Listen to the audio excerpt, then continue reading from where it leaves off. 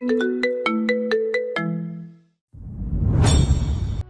স্ত্রী আমার সাথে থাকলে কখনো মাতৃত্বের সুখ পাবে না, তার রিপোর্ট পাওয়ার ঠিক 2 ঘন্টার ব্যবধানে সে আমাকে রেখে চলে যায়। সত্যি বলতে এতে আমার বিন্দু মাত্র কষ্ট নেই, কারণ একজন অক্ষম পুরুষকে তার স্ত্রী ফেলে যেতেই পারে। আর কেউ যদি সত্যিকার অর্থেই তার সঙ্গে সুখ চায়, সে পুরুষ এটা অবশ্যই মেনে নেবে। যখন ডাক্তারের রিপোর্ট দিয়েছেন, তারপর থেকে কেউ কারোর সাথে কোনো কথা বলছিলাম না। হাসপাতাল থেকে বাড়ি ফেরা পর্যন্ত পুরো পথটাই ঘন্টাখানেক হবে। মাহিরা বেডরুমের দরজা লক করে রেখেছিল। আমি সোফায় বসে ভাবছিলাম কি করে মাহিরাকে বলবো আমাকে ছেড়ে যাওয়ার কথা। আমি নিজেই মাহিরাকে বলতে চাচ্ছিলাম তুমি আমাকে ছেড়ে চলে যাও। আমার মনে হচ্ছিল সে নিজে এরকম কিছু করবেই না, তাকে মানাতে হবে। আমার মাহিরা তো পুরো একটা বাচ্চাদের মতো, অল্পতেই কষ্ট পেয়ে বসে। এই জিনিসটা কিভাবে সে নেবে? কিন্তু কিছুক্ষণ পরে দেখি সে বাইরে বেরিয়ে এসেছে, সাথে তার লাগেজ প্যাক করে ফেলেছে এবং আমাকে এসে মাহিরা নিজেই বলল, তোমার সঙ্গে থাকা আমার আর সম্ভব নয়, আমি চলে যাচ্ছি। ইরাত শোনো, শারীরিক সম্পর্ক করে সুখ দিতে পারলে আর গিফট দিয়ে মন ভুলিয়ে রাখতে পারলেই হয় না, বাচ্চা দিতেও পারা লাগে। কিছু থেকে কিছু না, তুমি আমাকে আহ্লাদ দেখাও, এসবই কিছু হয় না ইরাত। কলিজার ভিতর পুড়ে যাচ্ছিল তার মুখে এরকম কথা শুনে। কিন্তু এটাই তো সত্যি, আমি তো এটাই বলতে চাচ্ছিলাম ওকে, যে চলে যাও, সুখী হও। তবু কেন এত মন জ্বলে যাচ্ছিল? এখন যে আমার শক্ত হতে হবে, এতে যে সে থেমেছিল না, আরো নানান কথার অভিযোগ তুলে ধরেছিল সে। আমি সব চুপচাপ শুনছিলাম, মাথা নিচু করে। বরাবরই মাহেরা অভিযোগ করলে আমি মাথা নিচু করে শুনে যেতাম। ওকে যে অনেক ভালোবাসি, কখনো কষ্ট দিয়ে কথা বলতেই পারিনি, আজও তাই করছিলাম। কিন্তু কষ্টটা তখনই লেগেছিল যখন তার মুখে জানতে পারলাম সে আমার সাথে থাকা অবস্থায় পরকীয়ায় লিপ্ত হয়েছিল। আমি তামিমকে ভালোবাসি, এখন তোমার প্রতি আমার আর কোনো রকম ইন্টারেস্ট কাজ করে না ইরাত। মাহিরা, তুমি একজন বিবাহিত নারী, কি বলছো এসব? এখন কিসের বিবাহ আর কিসের কি, একটা সংসার বেঁধে রাখতে হলেও বাচ্চা লাগে। আমাদের কোনো বাচ্চা নেই, আর না আমার আছে কোনো পিছুটান। তোমার মতো একটা পুরুষের সাথে আমার আর থাকার কোনো ইচ্ছে নেই। সারাদিন যখন কাজে ব্যস্ত থাকতে, আমাকে সময় দিতে পারতে না, তখন তামিমই ছিল আমার জন্য। ওর সাথেই আমি সময় কাটাতাম।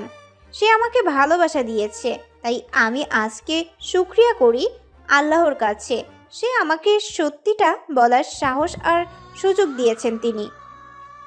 এগুলো বলেই সে চলে গেল, একটা বারও পেছনে ফিরে তাকায়নি। আমি মাটিতে বসে পড়ছিলাম। মাহিরার কথায় আমি বাকরুদ্ধ হয়ে গিয়েছিলাম। সেই মুহূর্তের কষ্টটা কাউকে বলে বোঝানোর মতো নয়, কারণ একদিন 2 দিন তো নয়, আমরা তো 2 বছর প্রেম করে বিয়ে করছিলাম। আর এই বছর আমাদের বৈবাহিক সম্পর্ক ছিল। ভালোবাসতে তাকে আমি কখনো কার্পণ্য করিনি। তার বলা প্রত্যেকটা কথা আমি শুনেছি, তাকে খুশি রাখার চেষ্টা করছি সর্বদা। তারপরেও কেন সেভাবে আমাকে ধোঁকা দিল? আমার ভালোবাসায় কি কোনো কমতি ছিল? এসব ভাবতে ভাবতে ইচ্ছে করছিল নিজের এই জীবনটা শেষ করে দিই। কিন্তু তখনই আজানের ধ্বনি আমার কানে আসি। হঠাৎ মনে হলো, না, আত্মহত্যা মহাপাপ। তাহলে তো দুনিয়ার আখিরাত কিচ্ছু পাবো না আমি। নিজের জন্য না হলেও তো আল্লাহর ধর্ম কর্ম করার জন্য আমার বেঁচে থাকতে হবে, নাহলে যে আমার মৃত মা বাবার আত্মা কষ্ট পাবে। পুরোপুরি 3 মাসের প্রসেস আজকে শেষ হলো। আমার স্ত্রী এখন আর আমার নেই, সে আমার প্রাক্তন স্ত্রী হয়ে গিয়েছে। কোত্থেকে সারাদিন পরে বাড়ি ফিরলাম। শেষবারের মতো মাহিরার চেহারা দূর থেকেই দেখেছিলাম। তাকে তামিম ছেলেটা পাশে খুব হাসি খুশি দেখাচ্ছিল। কেন যেন বাড়ি ফেরার পর থেকেই হাত পা নিস্তেজ হয়ে আসছে। আবহাওয়াটা আজকে বেশ গরম ছিল। আষাঢ় মাস, কেউ বলবে না। কোনো রকমে গোসলটা সেরে আসলাম। মাগরিবের আজানের মধুর ধ্বনি চারদিকে ছড়িয়ে পড়ছিল। আজান শেষে নামাজ পড়ে কোনো মতে এসে বিছানায় গা এলিয়ে দিলাম। মনের ভিতরটা হাহাকার করছে, সবকিছু অসহ্য লাগছে। বাসায় আমি একা থাকি। মা বাবা যাওয়ার পরে আর কেউ নেই আমার। এখন কোনো কাজের লোকও তেমন রাখি না। মাহিরা যাওয়ার পরে ড্রাইভার, কুক দুজনেই বাদ দিয়ে দিয়েছি। শুধু আছে একজন ছোট বুয়া, যে সবকিছু দিনে এসে করে চলে যায়। আমি সারাদিন অফিসেই পড়ে থাকি, রাতে এসে বাসায় ঘুমাই শুধু। এখানে যে প্রতিটা কোনায় কোনায় মাহিরের স্পর্শ, আমি সব ভুলে কি করেই বা থাকবো? আল্লাহকে প্রতি মুহূর্তে বলি, আমাকে তুমি শান্তি দাও, এই কষ্ট আর যে নিতে পারি না। কিছুক্ষণ পরে মোবাইলটা বেজে উঠলো, সেটা ড্রেসিং টেবিলের সামনে ছিল। আমি উঠে যেতে যেতে কলটা কেটে গেল।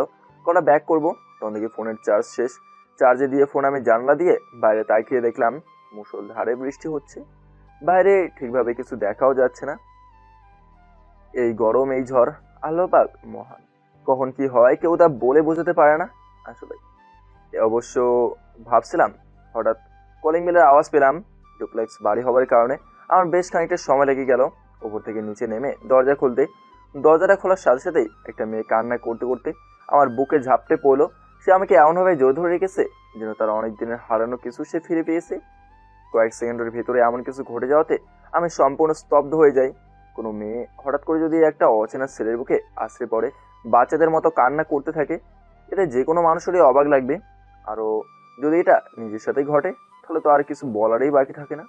আমি আপাতত বিস্ময়ের চূড়ান্ত পর্যায়ে আসি এবং মেয়েটি আমাকে শরীরের সমস্ত শক্তি দিয়ে জড়িয়ে ধরে রেখেছে। তার হাত পা কাঁপছে। তাকে কিছু জিজ্ঞেস করব কিন্তু তার সুযোগও নেই। তখন কান্না করতে করতেই কিছু মুখের শব্দ করছে।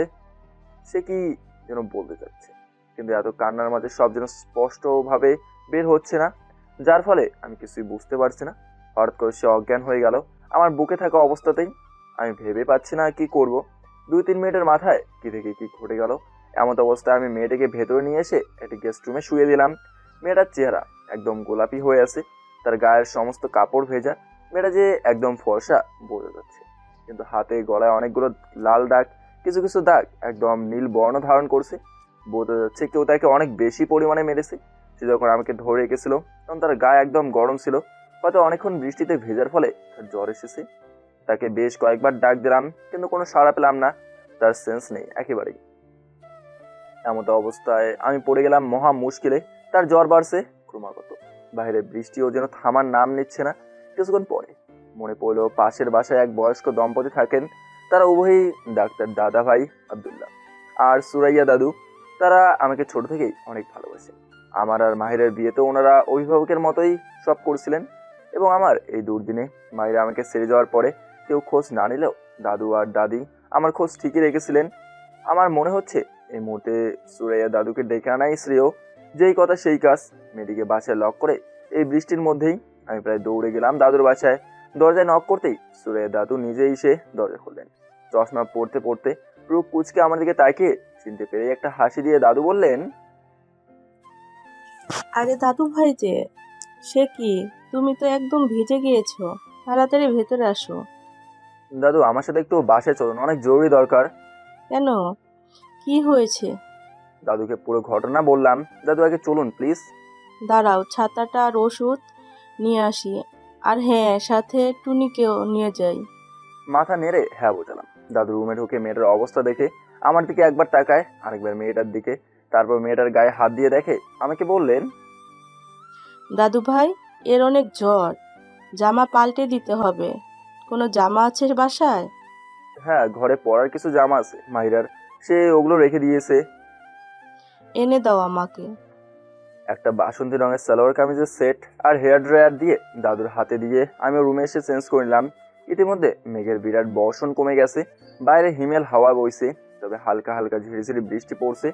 পরিবেশে এক প্রকার শান্তি বিরাজ করছে।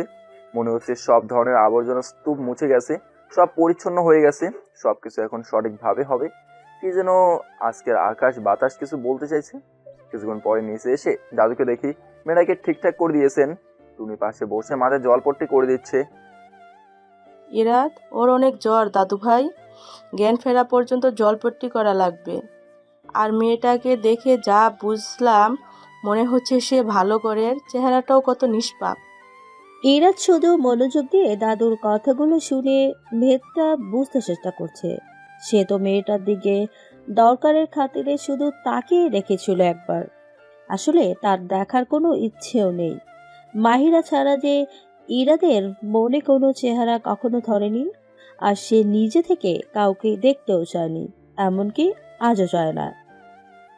খেয়াল করেছ দাদু ভাই, ওর কানে গলায় খুব মার্জিত আর রুচিসম্মত গহনা। গলায় একটা চেন, কানে টুপের মতো এর ছোট ঝুমকা করে দুজোড়া দুল, দু হাতে 3টা করে একদম পাতলা স্বর্ণের আংটি। গহনাগুলো পুরনো দিনের, খাঁটি স্বর্ণের এই ডিজাইনগুলো। এর পায়ের নুপুরগুলো দেখো, ওই ডিজাইন আমাদের আগের সময়ের। ইরা দাদুর সাথে মাথা ঝাঁকিয়ে সম্মতি দিল। এর কিছুক্ষণ পর মনে হলো দাদুকে অনেকক্ষণ ধরে রেখে দিয়েছে। ওনার তো বাসায় যাওয়া উচিত, বয়স্ক মানুষ, দেরি হয়ে যাচ্ছে। ঠিক আছে, কিছু দরকার পড়লে আমাকে কল দিও। বোকার মতন করে আসতে হবে না। জি অবশ্যই দাদু। রাত প্রায় 11টা বেজে গেছে। আমি মেয়েটার রুমের খাটের পাশে ইজি চেয়ারে বসে আছি। এতক্ষণ জলপট্টি করছে। মনের যন্ত্রণা অনেক বড় যন্ত্রণা। মনে পড়ে গেল মায়েরার যখন শরীর একটু খারাপ হতো, আমি সারা রাত জেগে থাকতাম, ওকে কত যত্ন করতাম, কত ভালোবেসে আগলে রেখেছিলাম। আমার বাঁচার অবলম্বন ছিল আমার বউটা। মেয়েটা একটু নড়ে চড়ে উঠলো। তার কপাল হাত দিয়ে দেখলাম এখন জ্বর কমে গেছে। দাদু বোধ হয় তাকে ইঞ্জেকশন দিয়েছে, এই জন্যই কমে গেছে। তবে আমার মাথাটা খুব ব্যথা করছে। হঠাৎ মনে পড়লো আমি কাল রাত থেকে আজ সারাদিন না খাওয়াই, হয়তো বা এই জন্যই এমন লাগছে। আর এমনিতেই আমার মাইগ্রেনের ব্যথা আছে। সব মিলিয়ে খুব অসহ্য লাগছে। মাসের বাজার কেয়ারটেকার ছেলেটা এসে করে দিয়ে যাচ্ছে প্রতি মাসেই, কিন্তু কিছু করে খাওয়ার মতো এনার্জি পাচ্ছি না। তাই উঠে ফ্রিজ থেকে ব্রেড নিয়ে বাটার দিয়ে খেয়ে ওষুধ খেয়ে নিলাম। মেয়েটাকে এসে আরো 2বার ডাক দিলাম কিছু খাওয়ার জন্য, কিন্তু এতক্ষণে মনে হচ্ছে সে কিছুটা স্বস্তি নিয়ে ঘুমাচ্ছে, তাই আর ডাক দিলাম। টেবিলে ব্রেড বাটার আর জাম রেখে দিলাম, আর পাশে ইজি চেয়ারটায় বসে পড়লাম। কখন যে ঘুমের রাজ্যে পাড় দিলাম নিজেও বলতে পারিনি। ঘুম ভাঙলো সকাল 8টায়। ঝলমলে আকাশ, সোনালি রোদ যেন ঝিকঝিক করছে। আলাদা একটা সৌন্দর্য আজকের দিনে মিশে আছে। মাথাটা বেশ হালকা লাগছে, তবে শরীরটা ব্যথা ব্যথা করছে। হঠাৎ নিজেকে চেয়ারে আবিষ্কার করে একটু হকচকিয়ে যাই। পরক্ষণে মনে পড়ে রাতের কথা। তখনই বিছানায় তাকে দেখি মেয়েটা নেই। খাবারের জায়গায় খাবার রাখা, জলপট্টিটা আমার মাথায় দেওয়া। তারপর মনে হলো স্বপ্ন দেখছিলাম কিনা, কিন্তু সব জিনিসপত্র দেখে মনে তো হচ্ছে না আমি স্বপ্ন দেখছিলাম। তাহলে মেয়েটা কোথায় গেল? ওয়াশরুমে ঢুকলে দেখলাম নেই এখানেও। তারপরে ফ্রেশ হয়ে বের হলাম। তারপর ঘরের সাদের ব্যালকনিটায় গেলাম তোয়ালেটা নেড়ে দেওয়ার জন্য। পেছন থেকে ঝুনঝুন শব্দ পেয়ে তাকে দেখি মেয়েটা ঘরের দরজার সামনে দাঁড়িয়ে আমাকে ইশারা দিয়ে ডাক দিচ্ছে তার সামনে আসার জন্য। এই ঘরটার দরজায় উল্টো দিকে বড় গ্লাস দেওয়া ব্যালকনি। আমি সেখানে দাঁড়িয়ে। আজকের বাইরে ঝলমলের রোদটা সম্পূর্ণ দরজার দিকে পড়ছে, আর মনে হচ্ছে ঘুমো ঘুমো চোখে একটা হলদে পরে দাঁড়িয়ে আছে। মেয়েটা অসম্ভব পরিমাণে সুন্দর, যাকে একবার দেখলে পরের বার মানুষ ফিরে তাকিয়ে দেখবে।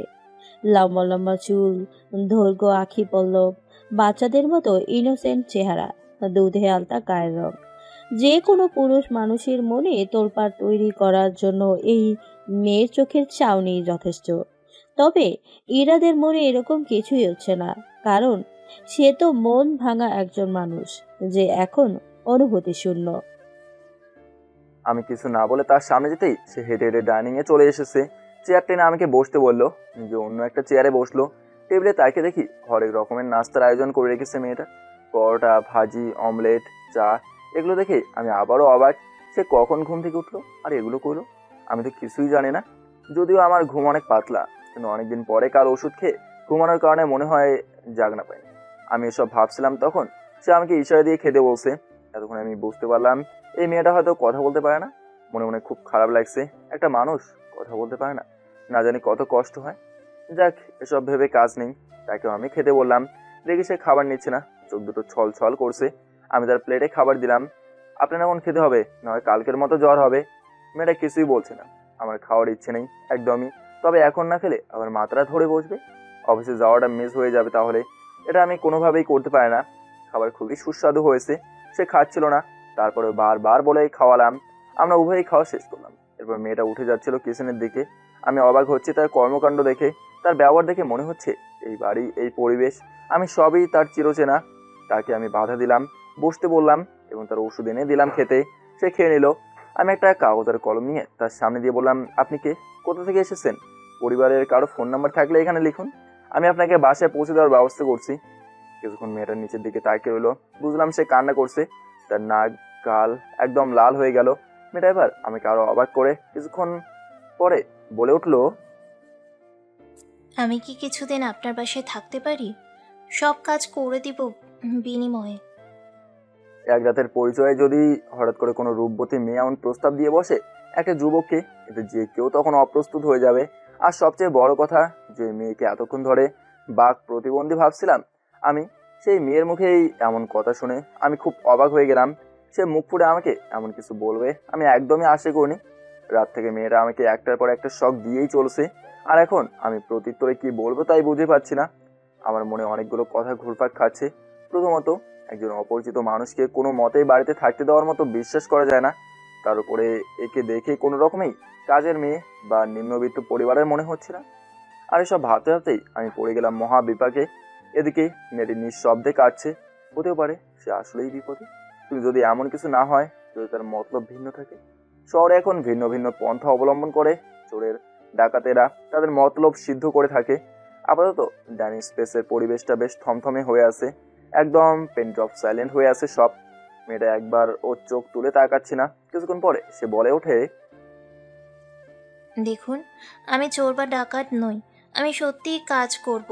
সব আপনার বাসার এর বিনিময়ে শুধু আমাকে থাকতে দিবেন। টাকা পয়সা লাগবে না। আমার কাছে কোনো মোবাইল ফোনও নেই। আমার বাহিরে বের হওয়াও কোনো প্রয়োজন নেই। আপনি যখন বের হবেন তখন আমাকে তালাবন্ধ করে রেখে গেলেই হবে। এক নিঃশ্বাসে সবগুলো কথা সে বলে শেষ করলো।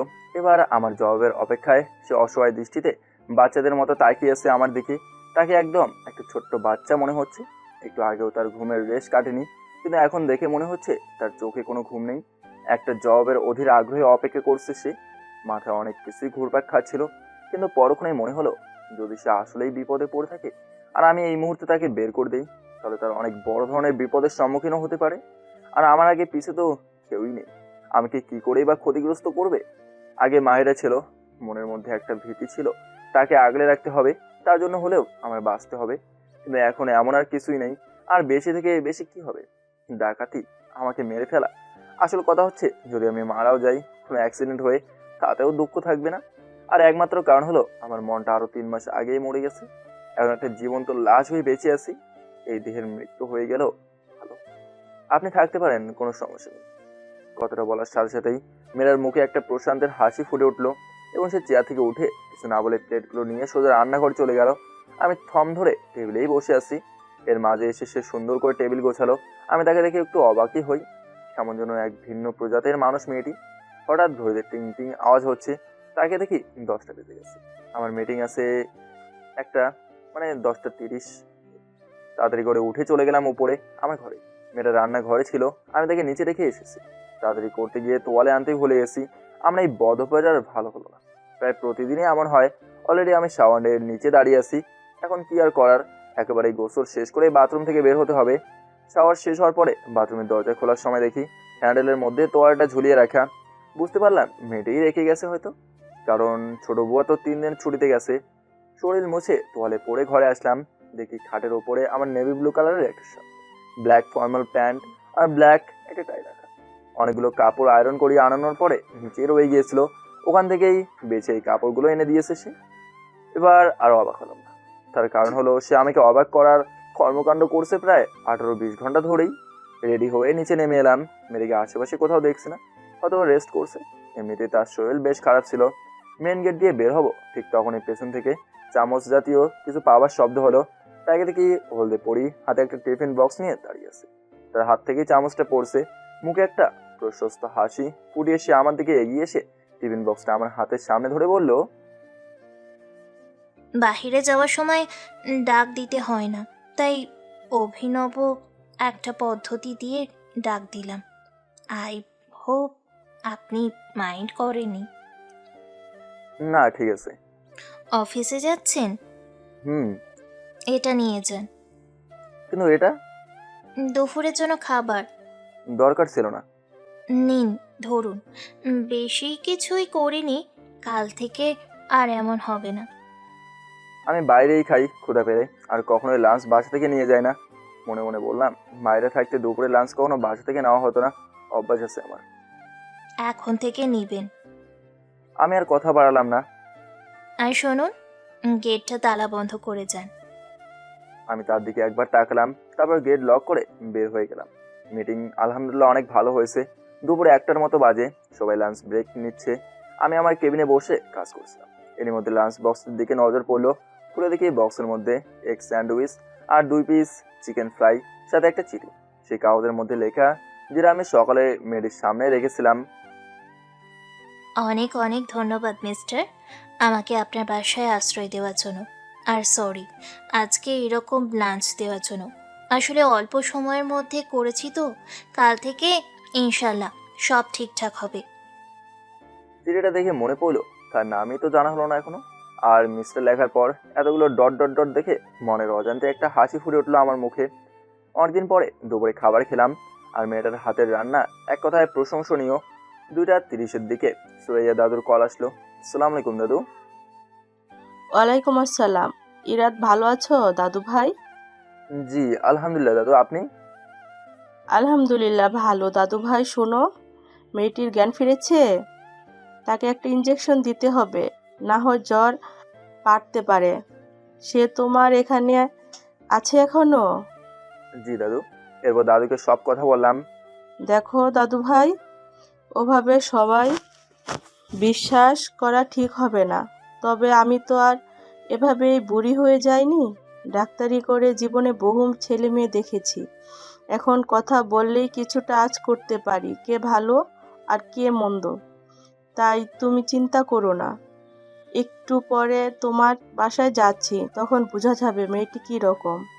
আমারও জরুরি কাজ শেষ করে বাকিগুলো পিএকে বুঝিয়ে দিয়ে বাড়ি ফিরে এলাম। আমি আসতে আসতে দেখি দাদু এসে হাজির। বাইরে ঢুকে দেখি কি সুন্দর চকচকে ঝকঝকে করে সুন্দরভাবে বাড়ি গুছিয়ে রেখেছে মেয়েটা। যেন পরিবেশ এতটা সুন্দর আর গোছানো দেখে মনের খুশিতে নেচে উঠবে। দাদু মিটি মিটি হাসছে, হয়তো তার কাছে ভালো লাগছে এরকম দেখে। আমি ফ্রেশ হয়ে আসি দাদু। আচ্ছা, আমি মেয়েটার সাথে কথা বলি। আমি ফ্রেশ হয়ে কিছুক্ষণ উপরেই ছিলাম। প্রায় আধা ঘন্টা পরে নিচে এসে দেখি গেস্ট রুম থেকে হাসির শব্দ আসছে। দরজার কাছে গিয়ে আমি স্তব্ধ হয়ে যাই, কারণ দাদুকে দেখলাম সে বিছানায় বসা এবং মেয়েটা তার পায়ে মাথা রেখে শুয়ে শুয়ে হাসছে খিলখিল করে। আমি যেন কতক্ষণ ধরে দরজার কাছে দাঁড়িয়ে আছি। এটা না দাদু, না। মেয়েটার চোখে পড়লো, কারণ তারা একে অপরের সাথে কথা বলতেই ব্যস্ত। যদিও দাদুই বেশি বলছে, আর মেয়েটা বাচ্চাদের মতো ইনোসেন্ট লুক দিয়ে হাসছে আর কথাগুলো শুনছে। আর দাদু তাকে মাথায় হাত বুলিয়ে দিচ্ছে। সে শুধু ঘরের কাজেই পরিষ্কার নয়, বরং নিজেও যথেষ্ট পরিষ্কার থাকতে পছন্দ করে। তাকে দেখে আজ করতে পারলাম, কেননা সে হলদে পরি থেকে এখন আবার বেগুনি পরি হয়ে গেছে।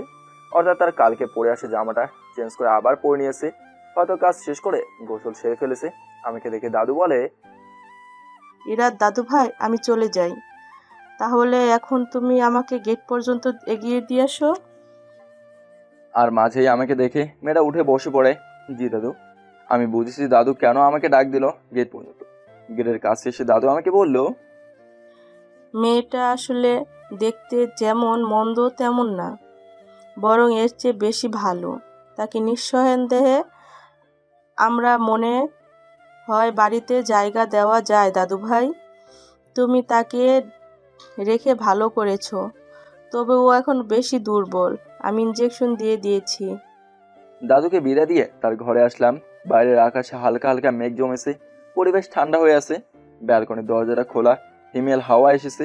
সবকিছুতে এক অদ্ভুত ভালো লাগা আর স্বস্তি নিয়ে এসেছে। ব্ল্যাঙ্কেট গায়ে পেঁচিয়ে রেখে সে ঘুমিয়ে আছে। সিল্কি চুলগুলো কিছু কিছু চোখে মুখে পড়ে আছে। মেয়েটাকেও অপরূপ দেখাচ্ছে, এমন ইনোসেন্ট লাগছে। কারোই তাকে ঘুম থেকে জাগাতে ইচ্ছে করবে না। কিন্তু সে খেয়েছে কিনা তা তো জানা হলো না। এই জন্য আস্তে আস্তে ডাকলাম, এই যে শুনছেন, আপনি খেয়েছেন? কোনো সাড়া শব্দ নেই। এই যে রোহি, আমার নাম রোহি। এই যে বলে ডাকবেন না, নাম ধরে ডাক দিবেন কেমন? এই বলে একটা মিষ্টি হাসি দিয়ে সে উঠে বসলো। আমি মানুষ চিনতে কাঁচা হলেও এই মেয়েটার একটা জিনিস মনে হয় বুঝতে পারছি, সে ভীষণ পরিমাণে আহ্লাদী। তার কথা বলা, আচার আচরণে, ভাব ভঙ্গিমায় স্পষ্টভাবে ফুটে উঠেছে। বেশ করে তার বর্তমান আচরণগুলো দেখলে যে কেউ এটা বলতে বাধ্য হবে। ইরাত, দুপুরে খেয়েছেন? ঘুমো ঘুমো কণ্ঠে উত্তর দিল। হুম, ঠিক বুঝতে পারছি না। দুপুরে খাইনি। কেন? ঘুমিয়ে দিব তাই। খেয়ে ঘুমান। হুম, পরে খাবো, ঘুমাই একটুখানি। এই বলে মেয়েটা আবার ব্ল্যাঙ্কেট মুড়ি দিয়ে ঘুমিয়ে পড়লো। আমি ঘর থেকে বের হয়ে গেলাম, একটু হাসি পেল। কারণ তার এমন কাণ্ড দেখে আমার ঘরে এসে শুয়ে আছি। খুব ইচ্ছে করছে মাহিরাকে দেখতে, কিন্তু সে যেদিন ডিভোর্স পেপারস দিয়েছিল সেদিন আমি এতটাই ভেঙে পড়েছিলাম যে আত্মহত্যার মতো জঘন্যতম অপরাধও করতে চলে গিয়েছিলাম। তো যদি আব্দুল্লাহ দাদা ভাই আর সুরাইয়া দাদা উপস্থিত না থাকতেন বাসায়, তাহলে হয়তো আমি মরেই যেতাম। সেদিনই তারা মাহিরার সবগুলো ছবি তুলে স্টোর রুমে রেখে দিয়েছিল, আর আমার মোবাইল থেকেও সব ডিলিট করে দিয়েছিল। আমি পাগলের মতো হাউমাউ করে শুধু কেঁদেছিলাম। কলিজাটা ফেটে যাচ্ছিল আমার। আচ্ছা, ভালোবাসার মানুষ হারালে কি অনেক কষ্ট হয়, নাকি আমারই এমন লাগে? এর থেকে কি মরে গেলেই কষ্ট কম লাগে? এখন অনেক বেশি খারাপ লাগছে। কতদিন হয়ে গেল মাহিরার ঘুমন্ত মুখটা দেখি না। কতদিন হয়ে গেল মাহিরার সাথে কথা হয় না। আমি কি আর কোনোদিন মাহিরার ঘুমন্ত মুখটা দেখতে পারবো না? কখনো কি আমরা আর একসাথে পাশাপাশি বসে এখন তো সময় কাটাতে পারবো না? শুধু আমি তো এখন আর তার আপন না, সে তো আর আমার কেউ না। আমি তার জন্য পর পুরুষ, সে আমার জন্য পর নারী। আমরা অনেক অনেক দূরের, আর কখনো এই জন্মে আমরা এক হতে পারবো না। আমার মধ্যে কি সমস্যা ছিল? আমি বাবা হতে পারবো না এটা জানার আগেই আমার বউটা আমাকে রেখে অন্যজনকে তার মন দিয়ে ফেলেছিল। হয়তো আমি যে তাকে কতটা ভালোবাসি এটা বুঝতেই পারেনি। হয়তো তামিম আমার চেয়ে বেশি তাকে বুঝতে পারে, কিন্তু আমি জানি আমার থেকে বেশি তামিম তাকে ভালোবাসতে পারে না। কারণ আমার ভালোবাসা ছিল সবার মতো না, আমার ভালোবাসা ছিল নিখাত। আমি চাই মায়েরা সুখী হোক। আমার মন থেকে তাকে আমি আজও বের করতে পারছি না, যদিও আমি জানি সে আমাকে ধোঁকা দিয়েছে। আমার তাকে ভালোবাসা উচিত না। আমি কি একবার তাকে একটা ফেগারি খুলে দেখবো? আমার যে অনেক দেখতে ইচ্ছে করছে ওকে। একবার দেখতে তো ক্ষতি নেই, নাকি আমার অবস্থা এমন হয়ে যাবে যে দেখলে আবার তার কণ্ঠ শুনতে ইচ্ছে করবে? তখন কি করব? আমি এই 3 মাসে একটা বারও মাহিরার সাথে কথা বলিনি। অনেক কষ্টে নিজেকে নিয়ন্ত্রণে রেখেছি। এমন করলে আমার হবে না, নিজেকে বুঝে রাখতেই হবে। মনটা ক্ষত বিক্ষত হয়ে গেছে। পুরুষ মানুষের তো কাঁদতে হয় না, আমিও কাঁদবো না। তবে 2 দিন ধরে যে ব্যস্ততা ভর করছে তা আমার জন্য ভালো হয়েছে।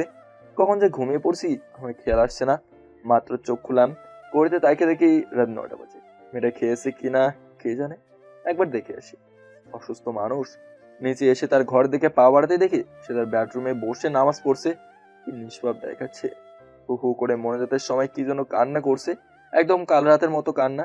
মনে হচ্ছে তার মনেও না বলা একটা কষ্ট আছে, না বলা অভিযোগ নিয়ে আল্লাহর সামনে দাঁড়িয়েছে। তার মনেও একটা ঝড় আছে, যে ঝড়কে সে কোনো মতেই দমিয়ে রেখেছে। নামাজ শেষ করেছে, চোখ মুখ মুছে উঠে আমার সাথে চোখাচোখি হতেই মিষ্টি একটা হাসি দিল। মনে হলো এই মাত্র একটা হাসির মুখোশ সে পড়ে নিল। আমি তাকে বললাম, ওনা দিয়ে কেন নামাজ পড়লেন? ওয়ার্ড্রোবের 2টা ড্রয়ারেই যা নামাজ আছে। জি, আমি জানতাম না তাই। আচ্ছা, দুপুরে তো খাননি? ওপস, আমি ভুলেই গিয়েছিলাম খাওয়ার কথা। মানুষ খাওয়ার কথা ভুলে যায়? হুম, অনেক সময় মানুষ নিজের অস্বস্তিও ভুলে যায়। সেই তুলনায় খাবার কথা ভুলে যাওয়া বড় ব্যাপার না। কথাটা একটা দীর্ঘ নিঃশ্বাস ছেড়ে বললো সে। আসলেও তো কথাটা ঠিক, আমি তো নিজেই ভুক্তভোগী। তারপর আমাকে আবারও কিছু বলতে না দিয়ে সে নিজেই বলল, চলুন এখন খেতে আসেন, অনেক তো দেরি হয়ে চলুন এখন খেতে আসেন, অনেক তো দেরি হয়ে গেছে। দুপুরে তো ঠিক মতো খাননি, আর আমি বা যা দিয়েছি এও কোনো খাবার দুপুরের? এর মধ্যে আবার অর্ধেক খেয়েছেন। টিফিন বক্স দেখে তো আমার একদম রাগই লাগছিল, কিন্তু কি করার, তখন তো আপনি ঘুম দিচ্ছিলেন। এতগুলো কথা বলতে বলতেই সে আমার আগে আগে ডাইনিং এ চলে এসেছে। আমি মুচকে হাসছি তার কথা শুনে। যে কোনো মানুষের মায়া কাজ করবে। আমার যথেষ্ট কিউট লাগছে একে। ইশারা দিয়ে আমাকে টেবিলে বসতে বলে প্লেটে খাবার বেড়ে দিচ্ছে। আপনি বসুন। আপনি শেষ করুন তারপর খাই। আপনি আমাকে থাকতে দিয়েছেন আপনার বাসায়, এখন যদি আমি ঠিক মতো আপনার যত্ন না করি কিভাবে হবে? না, এমন করলে তো চলবে না। রুহি শুনুন, খেতে বসুন। হ্যাঁ, আগে আপনি খান। এবার আমি উঠে দাঁড়িয়ে সোজা রুহিকে একটানে চেয়ারে বসিয়ে দিয়ে বললাম, চুপ, একদম চুপ, একটা কথাও বলবেন না আর। আমি অসুস্থ না, আপনি অসুস্থ। আর আগে আপনি খেয়ে নেবেন এখন, তারপর মেডিসিন নেবেন, এরপর আমি খাচ্ছি। আর একটা প্রশ্নের উত্তর দিন তো, আপনি খাননি কেন কিছু এখনো? আর আপনি অসুস্থ, সময় মতো না খেলে হবে না। সে অসহায় হয়ে আমার দিকে তাকিয়ে আছে, চোখে একদম পানি চলে এসেছে, তবুও খাচ্ছে না। এবার আমি আর কড়া কোণে কথা বললাম না, আস্তে করে জিজ্ঞেস করলাম, কি হয়েছে, কাঁদছেন কেন, আমাকে বলুন। আমি আসলে নিজের হাতে খেতে পারি না, ভালো লাগে না, তাই খিদে পাচ্ছিল না। আর একা একা খাওয়ার অভ্যাসও তো নেই আমার, এই জন্যই। কথাগুলো বলেই বাচ্চাদের মতো ঠোঁট উল্টিয়ে কান্না শুরু করে দিল সে। আরে আরে কাঁদছেন কেন? সরি সরি, আমি তো জানতাম না। দেখি কোনোভাবেই সে কান্না থামাচ্ছে না। মনে হচ্ছে পুরনো কোনো স্মৃতি মনে পড়ে গেছে তার। তাই আমি একটু ইতস্তত বোধ করলেও ভাত মেখে নিজ হাতে তার মুখের সামনে তুলে ধরলাম। হা করুন। সে আমার দিকে প্রশ্নবোধক নজরে তাকিয়ে থেকে হা করলো। তারপর তাকে খাওয়াতে খাওয়াতে এক পর্যায়ে জিজ্ঞেস করলাম, আপনি কোথা থেকে এসেছেন? মুহূর্তে তার চেহারা আবার স্লান হয়ে গেল, যেন তাকে এই প্রশ্নটা জ্বরের থেকে বেশি কাবু করে ফেলেছে। আমি নিজেই বকা হয়ে গেলাম তাকে কথাটা জিজ্ঞেস করে। কিছুক্ষণ নিচের দিকে তাকিয়ে তাকিয়ে সে আমাকে বলল, আমাকে এসব জিজ্ঞেস করবেন না প্লিজ। আমি কিছু বলতে বা মনে করতে চাই না। তার আওয়াজে ফুটে উঠলো তার মনের বেদনা। তাকে খাওয়ানোর পরে ওষুধ খাইয়ে আমার সামনে বসে রেখে আমিও খেয়ে নিলাম। মেয়েটা চুপচাপ বসে আছে, মাঝে শুধু একটা প্রশ্ন করলো আমাকে, আচ্ছা, আপনার পরিবারে কে কে আছেন? আমার কেউ নেই, আমি একা। তারপর থেকে আবারও পিন ড্রপ সাইলেন্স। এদিকে রুহিকে যখন ইরাত খাইয়ে দিয়েছিল তখন সে ভালোভাবে ইরাতকে দেখছে। এর আগে এত ভালোভাবে রুহির ওকে দেখা হয়নি। বেশ করে ইরাদের খাওয়ার সময়ও সে ইরাদের দিকে ভালো করে তাকিয়েছিল, যেন খুঁটিয়ে খুঁটিয়ে পা থেকে মাথা পর্যন্ত পর্যবেক্ষণ করলো। খাওয়া শেষে ইরাদের কড়া নির্দেশ, রুহি চুপচাপ বসে থাকবে চেয়ারে, আর ইরাত নিজের সব কিচেনে রেখে আসবে। যেই কথা সেই কাজই হলো। রুহি চুপচাপ লক্ষ্মী মেয়ের মতো সব শুনল। আর তাছাড়া কাল তো বুয়ারও ছুটি শেষ, তাই কাজের চাপও নেই একদমই। রাতে খাওয়া শেষে যে যে যার রুমে চলে এসেছে। সারা বাড়িতে দুইজন মাত্র মানুষ, কিন্তু কারো চোখে ঘুম নেই। ঘড়ির কাঁটায় 10টা 30-এর মতো বেজে গেছে। দুইজনই একে অপরের কথা ভাবছে, না চাইতেও কি যেন তাদের একে অপরের কথা ভাবাচ্ছে। এদিকে আকাশ আজকে স্বচ্ছ, চাঁদ আজকে চকমক করছে, আলোতে মুখরিত চারিদিক। রুহি ব্যালকনিতে এসে দাঁড়িয়েছে, শস্য বাতাস বইছে। সে ভাবছে, ছেলেটা অনেক গম্ভীর মুখ, কিন্তু হলেও মনের দিক থেকে অনেক ভালো। তা না হলে তার সাথে পরিচয় না থাকা সত্ত্বেও থাকতে দিয়েছে, এত যত্ন করছে। আজকালকার দিনে এমন লোক হয়? অজানা অচেনা কারোর জন্য এতটা করে। তবে এত সুন্দর ছেলেটা, বড় বড় চোখ, মুক্তোর মতো মানিক, সরু নাক, সুন্দর কালো চুল, ব্যাক ব্রাশ করা, জিম করা ফিগার, ফর্সা, বেশ করে একটু রাখলে আরও আকর্ষণীয় দেখায়। আর তার কি সুন্দর মুচকি হাসি, দেখতেই ইচ্ছে করার মতো। আচ্ছা, তাকে প্রাণ খুলে হাসলে কেমন লাগবে? ভালোই লাগবে মনে হয়। হ্যাঁ, তা তো লাগবে। কিন্তু কেন সে এত ম্লান থাকে? কেনই বা সে এতটা গম্ভীর হয়ে থাকে? কোনো বড় কারণ কি আছে এর পেছনে? মন হচ্ছে হ্যাঁ, কারণ এত ভালো মনের মানুষ কখনো এতটা গম্ভীর হয় না। তার কি মনে কোনো কষ্ট আছে যা সে নিজের মতো করে চেপে রেখেছে? একা একটা মানুষ উনি, মনে অনেক কষ্ট জমা থাকতেই পারে। আচ্ছা, যে মানুষটা আমার জন্য এত করছে, আমার কি উচিত তার মনটা ভালো রাখার? হ্যাঁ, আমার মনে হয় উচিত। রুহি নিজের সাথে প্রায় এভাবে কথা বলে, আজও বলল। ইরাদের আজ রাতেও ঘুম নেই চোখে, কিন্তু আসে পুরনো স্মৃতি মতন্য করছে না, বরং ভাবছে রুহির কথা। মেয়েটা জীবনে কোনো ধরনের কষ্ট আছে যা ইরাদ ভালোভাবে বুঝছে, কিন্তু তার একটা বাচ্চা বাচ্চা মন আছে।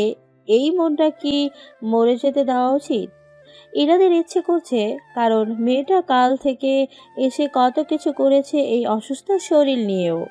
তার কতটা কৃতজ্ঞতা বোধ কাজ করে মনে। ইরা তো তেমন কিছুই করেনি তার জন্য, তারপরেও মেয়েটা কত লক্ষ্মী। বেশ করে তার আচার আচরণ কতটা ভদ্র, ছোটদের মতো ছলাকলা করে। এই মেয়েটার মনে কষ্ট না থাকলেও সে অনেক ভালো থাকতে পারত। আর এরকম একটা মানুষের দরকার অনেক এই কঠিন দুনিয়ায়, যে কালো অন্ধকারের মাঝেও নিজেকে স্বচ্ছতা দিয়ে আলোকিত করে তুলবে।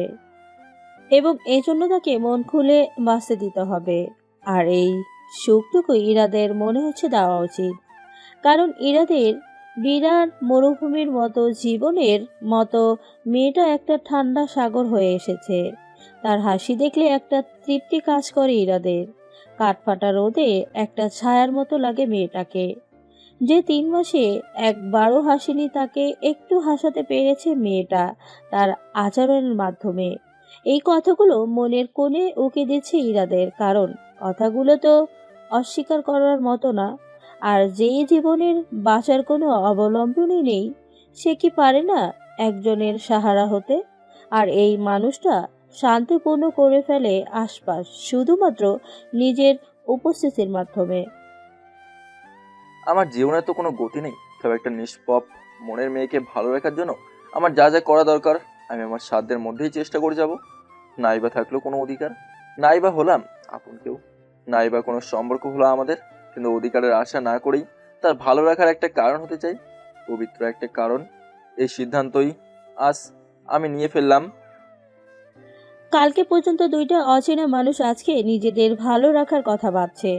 নতুন দিনের সূচনা তারা নিজেদের ভালো থাকা আর একজনের মধ্যে খুঁজে বের করবে, কিন্তু কোনো অধিকারের আশায় না। অধিকারবিহীন একটা সুখ নিয়ে আসতে যাচ্ছে দুইটা মন ভাঙা মানুষ একে অপরের জন্য শুধু একটু ভালো থাকার আশায়। ঘন কালো মেঘের মাঝে এক চিলটে সোনালি ঝিকিমিকি রোদ এনে দেওয়ার আশায়। হুট করে মেয়েটা আমাকে চেপে ধরে গালে একটা কিস করবে, তো শপিং মলে এত মানুষের ভিড়ে এটা আমি ভাবতেই পারিনি কখনো। কিন্তু হঠাৎ এমন কিছু হতেই আমি চমকে উঠি, এবং এতেও শেষ না। আমাকে কিস করে আই লাভ ইউ মাই হাবি, ইউ আর দ্য বেস্ট বলে জোরে ধরে রেখেছে রুহি। পাবলিক প্লেসে সব মানুষের নজর আমাদের দুইজনের দিকেই পড়ে আছে। মেয়েটার কি মাথা খারাপ হয়ে গেল? কি থেকে কি করছে আর কি বা বলছে এসব? পরেক্ষণে মনে পড়লো হতে পারে কাউকে দেখানোর জন্য এমন করলো কিনা। তাকে এতগুলো মানুষের সামনে কিছু জিজ্ঞেস না করে আমি নিজেকে তার বাহুডোরে থেকে সারিয়ে তাকে দাঁড় করালাম আমার সামনে। পাশ থেকে একটা ছেলে রুহির দিকে তাকিয়ে সামনে এসে দাঁড়িয়ে জিজ্ঞেস করলো, ও, ফাইনালি বিয়ে করেই ফেলেছো? আমার এক হাত পেঁচিয়ে ধরে রুহি বলল, হুম, এমন চার্মিং একটা ছেলে দেখে যে কেউ পাগল হয়ে বিয়ে করবে। আমিও করে ফেলতাম। তো এই ড্রেসে কেন? জামাই এমন নিরামিষ ভাবে রাখে তোমাকে? না, আমরা একটু আগে কোর্ট ম্যারেজ করেছি। দেখেছো কতগুলো শপিং ব্যাগ আমার ওনার হাতে? এগুলো আমার জন্য করেছে মাত্র, আরও বাকি আছে। বলে আমার দিকে তাকিয়ে একটা সুন্দর হাসি দিল মেয়েটা।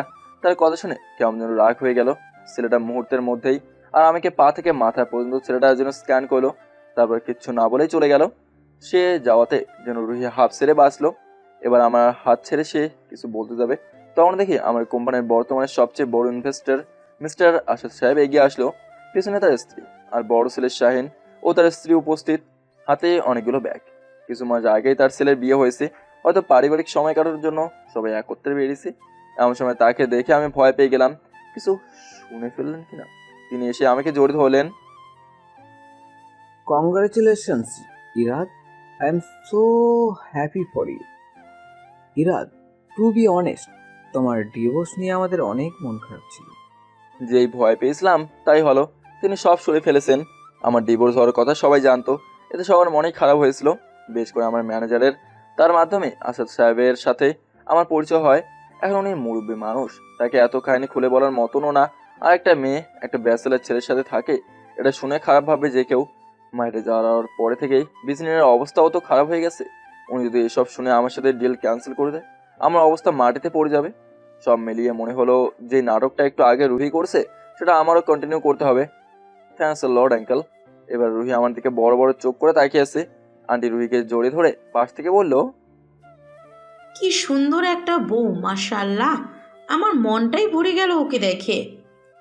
আজকে মাত্র বিয়ে করেছো বাবা, আমাদের তরফ থেকে তো একটা গিফট পাওয়া রইল। না আন্টি, আমাদের জন্য দোয়া করবেন প্লিজ, তাহলেই হবে।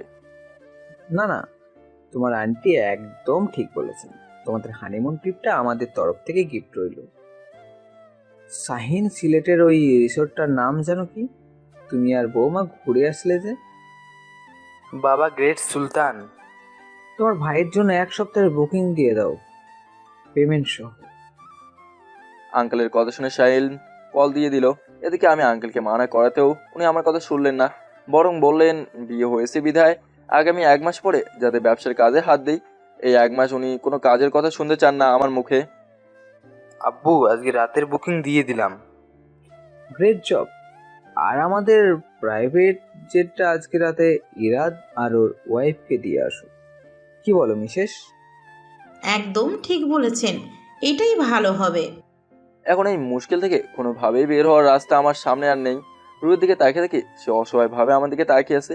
এরপর আন্টি রুহিকে নিয়ে ঘুরে ঘুরে শাড়ির টুকটাক গহনা কিনতে হেল্প করলো। রুহি কিছুই নিতে চাচ্ছিল না সেই প্রথম শপিং মলে আসার পর থেকেই, কিন্তু আন্টির সামনে তো এমন করলে তারা বুঝে যাবে। তাকে ইশারায় রিকোয়েস্ট করে বললাম যেন মানা না করে। সবশেষে গাড়িতে এসে বসলাম আমি আর রুহি। এতক্ষণে যেন আমরা হাফ সেরে বাঁচলাম। কিছুক্ষণ নীরবতার পর দুজনে একসাথে সরি বলে উঠি। আবার 1 মিনিটের মতো দুইজন চুপ থাকার পর আবার একসাথেই বলি আমি আসলে। এবার রুহি আমার দিকে তাকিয়ে ইশারায় কান ধরে আর আমি বলি আমাকে মাফ করে দেন। আসলে আপনার কথা তারা শুনে ফেলে আর তিনি আমার ইনভেস্টর, তাই আমি। আপনার সরি বলতে হবে না, আমি বুঝতে পেরেছি। আচ্ছা আপনি কি আমার সাথে যাবেন সিলেটে? আমি তাদেরকে মানা করতে পারিনি। যাব, এটা কোনো ব্যাপার না। আর আজকে আপনি ওই ছেলেটার সামনে চুপ থেকে আমার অনেক উপকার করেছেন। আমি আপনার কৃতজ্ঞতা কখনো ভুলবো না। অনেক অনেক ধন্যবাদ। ইরাদ কিছু বলছে না, কারণ ওর এখন অনেক টেনশন লাগছে। অফিসে সবাই জানাজানি হলে কিরকম হবে। মূলত ইরাদ জানে কিছুদিন পরেই মেয়েটা চলে যাবে, তখন মানুষের সামনে কি বলবে ইরাদ, তাই বুঝে পাচ্ছে না। রুহি ভাবছে ইরাদকে তার সত্যিটা আজ জানিয়ে দিতে হবে। তার জীবনে যে অনেকগুলো লুকানো সত্যি আছে যেগুলো এই মানুষটা জানা দরকার। আজকে রুহি জানতে পেরেছে ইরাদের ডিভোর্স তার স্নান হওয়ার পেছনেই দায়ী। ইরাদ এখন সিঙ্গেল, তার জীবনে কেউ নেই। রুহির ভালো লাগছে ইরাদকে। কিছুদিন থেকে ইরাদের প্রতি তার একটা আকর্ষণ কাজ করছে।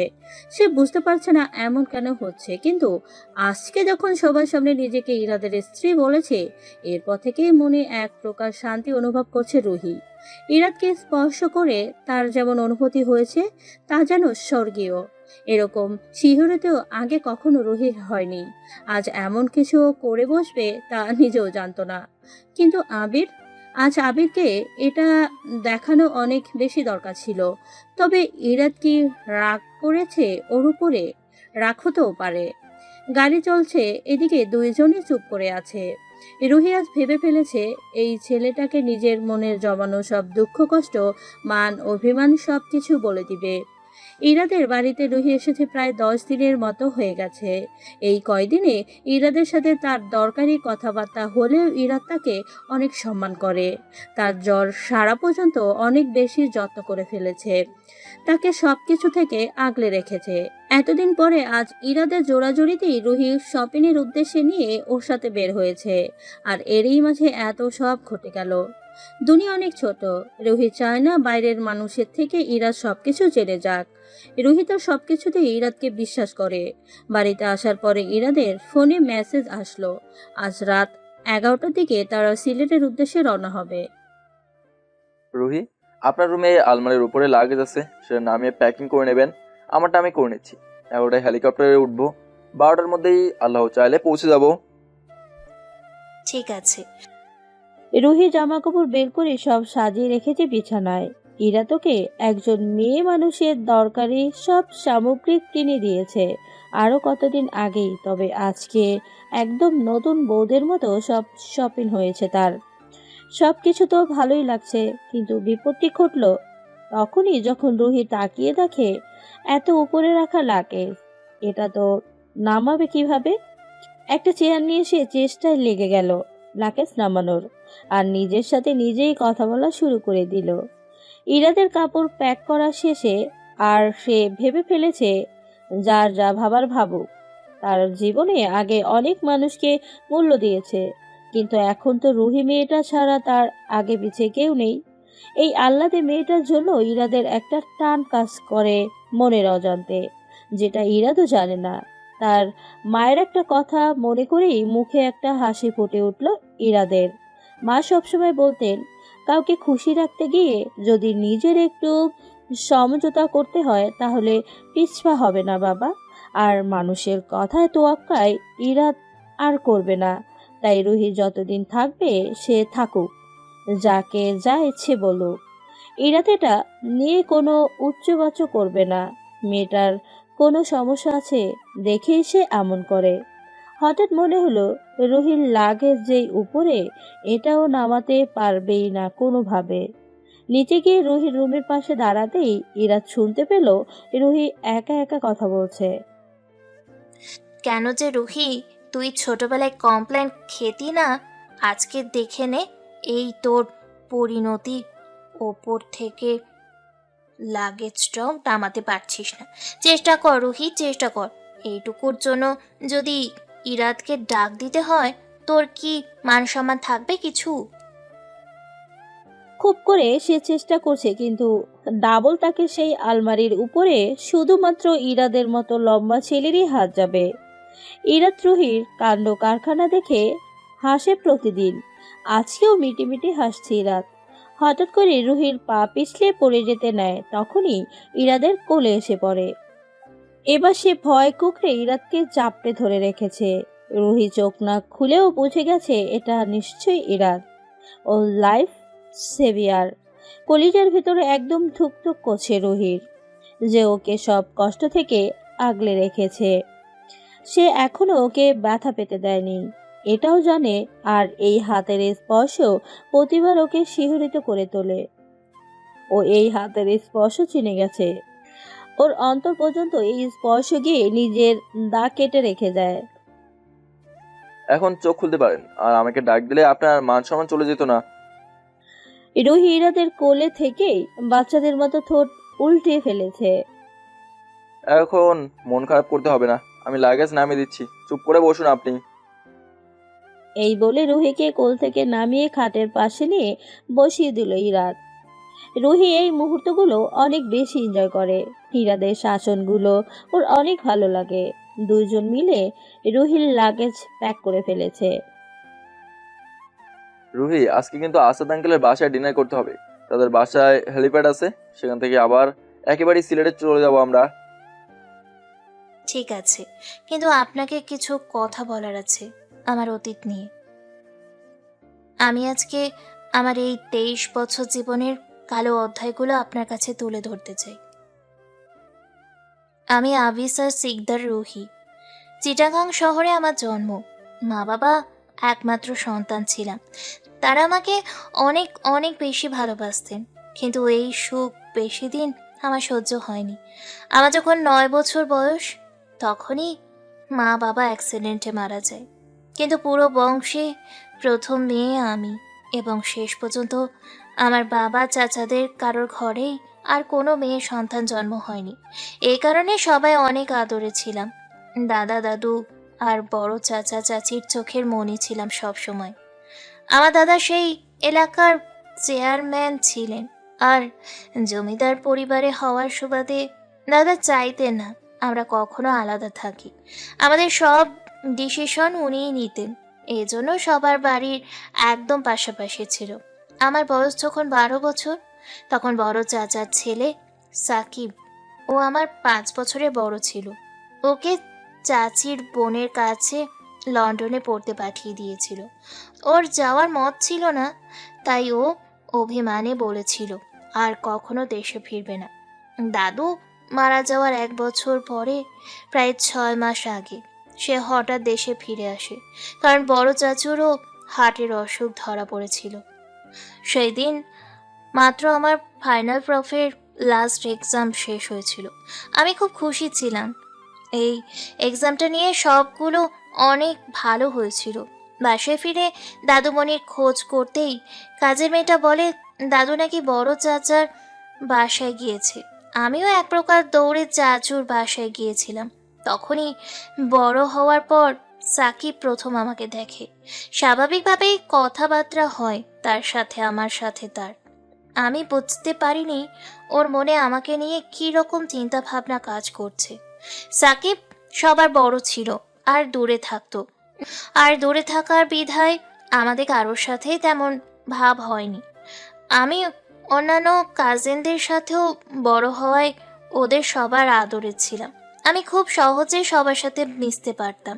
সাকিবের সাথেও ভাব করে নিয়েছিলাম। কয়েকদিনের মধ্যে সাকিবকে সবাই মিলে ঘুরিয়ে শহর দেখাই। ও নিজে থেকেই আমাকে বলতো ঘুরতে নিয়ে যেতে। আমি আর অন্যান্য ভাইরা মিলে নিতাম ওকে। একদিন নাস্তার টেবিলে সবাই বসা, তখন দাদু আমাকে প্রতিদিনের মতো খাইয়ে দিতে দিতে জিজ্ঞেস করে, সাকিব কেমন রুহি সবটা বলতো। আগে তোমরা বলো। চাচি কেন বলতো? ভাইয়া কথা বলতে জানে না বেশি। তারপর উনি জেদি। উনি কত ভালো জানো তোমরা। নিজে থেকে আমাকে বলে ঘুরতে নিয়ে যেতে, কত কথা বলে আমার সাথে। এমনকি আমাকে কাল ভাইয়া একটা শাড়িও কিনে দিয়েছে। ভাইয়া অনেক সুইট। আমি এই কথাটা স্বাভাবিকভাবে বলেছিলাম, কারণ সাকিব আমার কাছে অন্য সব ভাইদের মতোই ছিল। তাকে আমি নিজের ভাই মনে করেছিলাম। কিন্তু চাচু আমার সাথে সাকিবের বিয়ে ঠিক করে ফেলবে, আমি তা ভাবতে পারিনি। সাকিব নাকি চাচির কাছে বলেছিল সে আমাকে বিয়ে করতে চায়। সেই জন্য চাচা চাচি আর দাদি সবাই খুশি হয়েছিল যে আমাকে অন্য কোনো ঘরে দিতে হবে না। তাদের কোনো টেনশন থাকলো না। বিকেলে দাদু মণি মিষ্টি সহ আমাকে এসে এই খবর শোনায়। আমি হতবাক হয়ে যাই। এমন কিছু আমি স্বপ্নেও ভাবতে পারিনি। তখন অনেক কষ্ট হয়। আমি সাথে সাথেই চাচুর বাসায় যাই। দেখি সবাই অনেক চিন্তিত। চাচু বসে আছে, ডাক্তার তাকে চেক করছে। ওনাকে কোনো রকম টেনশন দেবেন না, ওনার অবস্থা অত ভালো না, তাই বেশি এক্সাইটেড হওয়া ওনার জন্য সমস্যার সৃষ্টি করতে পারে, সবাই খেয়াল রাখবেন। ডাক্তার যাওয়ার পরে শুনলাম চাচু বিয়ের প্রিপারেশন নিয়ে ভাবছিলেন কিভাবে কি করবেন। এই সব নিয়ে সে অসুস্থ হয়ে পড়েছেন। আমি কিছু না বলে বাসায় চলে আসি। সেই দিন অনেক কান্না করেছিলাম। যারা এত ভালোবেসে বড় করেছে তারা সবাই আজকে অনেক খুশি, কিন্তু আমি তো মন থেকে সাকিবকে নিয়ে কিছু ভাবতে পারছি না। তখন মাকে অনেক বেশি মিস করছিলাম। হ্যাঁ, তো জীবনে চাচা চাচি দাদা দাদি কেউ মা বাবার অভাব বুঝতে দেয়নি, কিন্তু সে রাতটা আমার জন্য পাহাড়ের মতো কঠিন লাগছিল। পরদিন থেকেই বাসায় বিয়ে বিয়ে একটা আমেজ তৈরি হয়ে গিয়েছিল। আমি চুপচাপ সব দেখছিলাম। দাদা আমাকে অনেক ভালোবাসতো। উনি চাইতেন আমি উকিল হই, কিন্তু ডাক্তার হওয়ার আমার স্বপ্ন ছিল বিধায় আমাকে মেডিকেলে পড়িয়েছিলেন। আজকে উনি যদি বেঁচে থাকতেন তাহলে হয়তো আমাকে সাকিবের সাথে বিয়ে দিতেন না, কিন্তু আজকে কাউকেই বলতে পারছি না। এদিকে মোটামুটি সাকিবের ফ্রেন্ড, অফিস কলিগ সবাইকে জানানো হয়ে গেছে যে সে আমাকে বিয়ে করছে। এঙ্গেজমেন্ট হতে আর 3 দিন বাকি। চাচু আমাকে ডেকে বললেন, মা তোমার শরীর খারাপ? এমন লাগছে কেন আমার মেয়েটাকে কিছুদিন ধরে? না চাচু। চাচু না, আমাকে আজকে থেকে বাবা ডাকবে। এটা শুনে আমি কেঁদে উঠি। চাচু আমাকে মাথায় হাত বুলিয়ে জিজ্ঞেস করে কি হয়েছে আসলে। তখন আমি চাচুকে বলি এই বিয়ে আমি করতে চাই না। উনি কিছুক্ষণের জন্য চুপ থাকেন, এরপর আমাকে বললেন, করতে হবে না, তাহলে তুমি আমার মেয়ে, আমার ভাইয়ের শেষ স্মৃতি। তোমার মন যদি সাকিবকে না চায় তাহলে জোর করে বিয়ে দিব না আমরা। সেই দিন রাতেই চাচু সবাইকে বলে, আমার মেয়ে এখন বিয়ে করতে চায় না, তাই সাকিবের সাথে ওর বিয়েটা হবে না। তবে সাকিব বড় হয়ে গেছে, ওর জন্য একটা ভালো মেয়ে দেখে আমরা তাড়াতাড়ি বিয়ে করিয়ে দেব। প্রথমে চাচি দ্বিধা করলেও পরে সম্মতি দিল। আমি খুব খুশি হয়ে গিয়েছিলাম। ভেবেছিলাম সব ঝামেলা শেষ। বরাবর রাতে আমি কখনো একা ঘুমোতে পারি না, ভয় হয় দেখে। সব সময় হয় দাদা দাদু না হয় চাচা চাচির সাথে রাতে ঘুমাতাম। সেই দিন দাদুর রাতে খুব জ্বর হয়েছিল, তাই চাচিও রাতে আমাদের বাসায় থেকে গিয়েছিলেন। কিন্তু মাঝরাতে তার জ্বর এত বেড়ে যায় যে চাচি আমাকে বলে তোমার চাচুকে ডেকে নিয়ে আসো। চাচির কাছে থেকে চাবি নিয়ে রাত তখন 2:45 মতো ছিল। আমি চাচুর বাসায় ঢুকে তার রুমে। কথাটা বলতে রুহি যেন আটকে উঠল। চোখে মুখে স্পষ্ট ভয়ের ছাপ দেখতে পাচ্ছি রাত। রুহির হাত কাঁপছে। ইরাত নিজের অজান্তেই ওর হাত আলতোভাবে ধরে বলল, কি হয়েছে তারপর? রুমে গিয়ে দেখি সাকিব চাচুকে বালিশ চাপা দিয়ে বলছে, আমি রুহিকে চাইছি, আপনি দিলেন না। এখন এই দিনে আপনার দরকার নাই। আমার সব পূরণ না হলে সবার পরিণতি এমনই হবে। চোখ মুখে তার হিংস্রতা প্রকাশ পাচ্ছে। আমার চাচুর হাত পা তখন নিথর হয়ে পড়ে আছে অলরেডি। আমি সামনে গিয়ে ওকে ধাক্কা দিয়ে সরিয়ে দিই আর চাচুর পালস চেক করি। দেখি উনি আর আমাদের মাঝে নেই।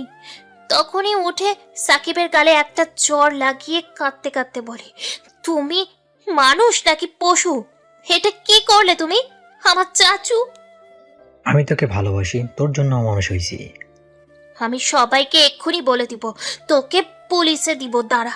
তখনই ও সাথে সাথে আমার মুখ চেপে ধরে। এরপর আমার মুখ বেঁধে টেনে হিচড়ে গাড়িতে করে কোথাও যেন নিয়ে যায়। আমি সেন্সলেস হয়ে পড়ি। এরপর যখন হুঁশ ফিরিয়ে তাকিয়ে দেখি একটা রুমে আমি চেয়ারের সাথে বাঁধা অবস্থায় বন্দি। রুমটা একদম পর্দা দিয়ে বন্ধ, কেউ নেই আশেপাশে। অনেক চিৎকার করেও লাভ হলো না। একে তো নিজের চাচাকে হারানোর দুঃখ, দ্বিতীয়ত সেই খারাপ লোকটাকে শাস্তি দিতে না পারার দুঃখ। অনেকক্ষণ পরে সেই জানোয়ারটা আসলো। এতক্ষণে আমার শরীরে কোনো শক্তি আর নেই। আমি আপ্রাণ চেষ্টা চালিয়ে নিজেকে চেয়ার থেকে মুক্ত করার, কিন্তু পারিনি। সামনে এসে সাকিব আমাকে বলল, বাসায় মিথ্যা একটা চিঠি দেখিয়েছি আর বলেছে তুই বয়ফ্রেন্ডের সাথে পালিয়ে গেছিস। আর এটা পরে আব্বু মরে গেছে, সবাই তোকে আর দেখতেও চাচ্ছে না। দে হেট ইউ রুহি। আর তোর কথা কেউ মানবে না, কারণ আমাকে তুই বিয়ে করতে চাস না, এই জন্যই বানিয়ে কিছু বলতেই পারিস। এরকম অনেক হিন্ট আমি 2 দিনে সবাইকে দিয়ে দিছি। 2 দিন তোকে আমি প্যাথেটিন দিয়ে ফেলে রাখছিলাম। না, মাই ওয়ার্ক ইজ ডান। তাই এখন তোর একটাই ওয়ে আছে, আমাকে বিয়ে করে চল বাসায়। আমি বলবো তোকে বুঝিয়ে নিয়ে আসি, তোকে যেন মেনে নেয়। ও এটা বলার সাথে সাথে আমি ওর মুখে থুতু দিই। এরপর ও আমাকে অনেক অনেক মারে। এভাবে আরও একদিন কেটে যায়। আমি বুঝতে পারি আমার শরীরে আর কোনো শক্তি নেই। পরদিন একই সময় ও আবার আসে। আজকে ওর চেহারায় হাসি। রুমে ঢুকে আমাকে বলে, তুই এভাবে না হোক অন্যভাবেই না হয় আমার হবি। আজকে তোর সাথে বাসর করে ফেলবো, তারপর বিয়ে না করে কই যাবি? আর বিয়ে না করলে নাই করলি, আমার সমস্যা নেই। কথাটা শুনে আমার কলিজার পানি শুকিয়ে যায় আর আমার মাথায় বুদ্ধি আসে, কিন্তু গলা দিয়ে কথা বলার শক্তি নেই। আমি ওকে আস্তে আস্তে বলি, দাঁড়াও, আমি তোমাকে বিয়ে করব। এটা শুনে ওর সাথে সাথে হাঁটু গেড়ে আমার সামনে এসে বসে। কি বললে? বিয়ে করব তোমাকে, এভাবে কিছু করো না প্লিজ। ওর চোখ চকচক করছে খুশিতে। কখন করবি? আমাকে একটু সুস্থ হতে দাও, তারপর। ও খুশি হয়ে আমাকে খেতে দিল। আমি খেয়ে ওকে হাসি মুখে কিছু ভিটামিনের নাম দিলাম। আমাকে ওগুলো এনে দিল। আমি একটা জিনিস বুঝতে পেরেছিলাম, ওকে আমার টেকনিক্যালি হ্যান্ডেল করতে হবে। তাই ঠিক মতো খেয়ে আমি সুস্থ হই। এরপর ও বলে, চল বিয়ে করি। সেদিন প্রথম আমি বের হই এতদিন পরে। আশেপাশে সব অচেনা মানুষ, পরিবেশ। কিছুক্ষণ পর দেখি কাজী অফিস। যখন ঢুকতে যাব আমরা, তখন দেখি রাস্তার পাশে ইট রাখা অনেকগুলো। একটা হাতে তুলে সাহস করে নিয়ে সাকিবের মাথায় আঘাত করি। এরপর ও সাথে সাথে অজ্ঞান হয়ে পড়ে যায়। ওর পকেট থেকে হাত দিয়ে যা কিছু টাকা পাই তা নিয়ে আমি পালিয়ে যাই। সব কিছু দেখে আমি অবাক। আমাকে শিফট করে রাজশাহী জেলাতে এনে ফেলেছে। সেই সময় ঢাকা ট্রেন ছিল। আমি উঠে পড়ি কিছু না বুঝেই, কারণ সাকিব যদি এসে পড়ে তাহলে আমাকে ও শেষ করে দিবে। তারপর সেই দিন রাতেই ঢাকা আসি আমি, কিন্তু রাস্তায় খারাপ ছেলেরা আমাকে বিরক্ত করছিল। আমি এতটা সময় বৃষ্টিতে ভেজার ফলে জ্বর হয়ে যায়। আর তাদের ভয়ে দৌড়তে থাকি। তখনই আপনার বাসার দিকে চোখ পড়ে, দেখি কোনো দারোয়ান ছিল না। আমি বাঁচার জন্য ভিতরে ঢুকে পড়ি, আর আপনি গেট খুলতেই কান্না করতে করতে সেন্সলেস হয়ে যাই। আমার জীবনটায় আমি শুধু হারিয়ে এসেছি সব কিছু, তারপরেও মেনে নিয়েছিলাম। আর যখন সাকিব আসে তখন আর ভালো কিছুই হয়নি আমার সাথে। আমি জানি না আমার কি হবে, এই জীবন এখন অর্থহীন। পরন্ত বিকেলে সোনালি রোদ জানালা দিয়ে রুহির উপরে পড়েছে। ও নিজের দিকে তাকিয়ে কথাগুলো বলছিল। কতটা অসহায় লাগছে ওকে, মনের কষ্টে হু হু করে কেঁদেও চলেছে। আর রুহির জীবন বৃত্তান্ত শুনে ইরাদের কলিজায় লাগছে। মেয়েটার চোখের পানি ও সহ্য হচ্ছে না, কেন যেন ইরাদের ওকে অনেক আপন লাগছে। নিজে থেকেই ইরাদ রুহিকে জড়িয়ে ধরলো। ভয় পেও না, আমি আছি, আর কেউ কখনো তোমাকে কিচ্ছু করতে পারবে না কোনোদিন। কান্না করো না। রুহি আস্থা পাচ্ছে, পরম আস্থা পাচ্ছে ইরাদের বুকে। চোখ বুঝেও একটা শান্তি পাচ্ছে। দুইজন আষ্টে পৃষ্ঠে একে অপরকে জড়িয়ে ধরে রেখেছে। রুহির ইচ্ছে করছে সারা জীবন এই বুকে থেকে কাটিয়ে দিতে পারবে ও। বেশ কিছুক্ষণ ইরাদের বুকে মুখ গুজে রুহি কান্না করলো। এই কান্না কোনো সাধারণ কান্না নয়, বরং এক ছটকায় নিজের পরিবারকে হারানোর। এই কান্না এক জোরপূর্বক অধিকার আদায়ের দাবিতে একটা মেয়েকে তার স্বাভাবিক হাসি খুশি জীবন থেকে দূরে সরিয়ে নেওয়ার কান্না। ইরাদ বুঝতে পেরেছে এই মেয়েটা ছোট থেকেই সবকিছু হারিয়ে আসছে। তার মনের মাঝে অনেক ব্যথা লুকিয়ে আছে, যা সে হয়তো প্রকাশ করতে পারে না। যা কিছু ঘটে গেছে তাতে তার কোনো দোষ নেই। সে কেন ভয় নিয়ে বাঁচবে? তাকে একটা স্বাভাবিক জীবন ইরাদ দিবে। তাকে সব রকম দুঃখ থেকে ইরাদ নিজের সর্বোচ্চ দিয়ে বাঁচিয়ে রাখবে। কেন এমন লাগছে ইরাদ জানে না, কিন্তু এই অনুভূতিটা মন্দ না, বরং একটা দায়িত্ব আর সুখ দিচ্ছে ওকে। বেঁচে থাকার একটা টান লাগছে এই দুনিয়ায়। রুহির কান্না কমে এসেছে কিছুটা, তবুই ইরাদের বুকে লেপ্টে আছে ও। কেন যেন কথাগুলো বলতে ওর ভয় হয়। ইরাদ আলতো করে রুহির মাথায় হাত বুলিয়ে দিতে দিতেই জিজ্ঞেস করলো, শপিং মলের ছেলেটা কে ছিল? সেই ছেলেটা আমাকে পছন্দ করতো কলেজে থাকতে। আমার ওকে একদম পছন্দ ছিল না কখনো। যদিও দাদা বেঁচে থাকতে আমাকে বিরক্ত করার সাহস পেত না, কিন্তু দাদা মারা যাওয়ার পরে আমাকে কল দিয়ে বিরক্ত করতো। আমি চাচুর কাছে বিচার দিতে পারতাম, কিন্তু ওর মতো আরও অনেক ছিল যারা পছন্দ করতো। এদের নামে বিচার দেওয়া মানেই এক্সট্রা টেনশন দিয়ে ফেলা, যা আমি কখনো করতে চাইনি। না হয় আমার বাড়ি থেকে বের হওয়া বন্ধ করে দিত, কারণ আমার বাসায় অনেক রেস্ট্রিকশন ছিল, আর আমাকে নিয়ে সবাই অনেক টেনশনে থাকতেন। বুঝতে পেরেছি। বলে ইরাদ নিজের বাহুডোরের বাঁধন হালকা করে দিল। রুহি সরে বসলো। এমন সময় মাগরিবের আজান পড়তে শুরু করলো চারিদিকে।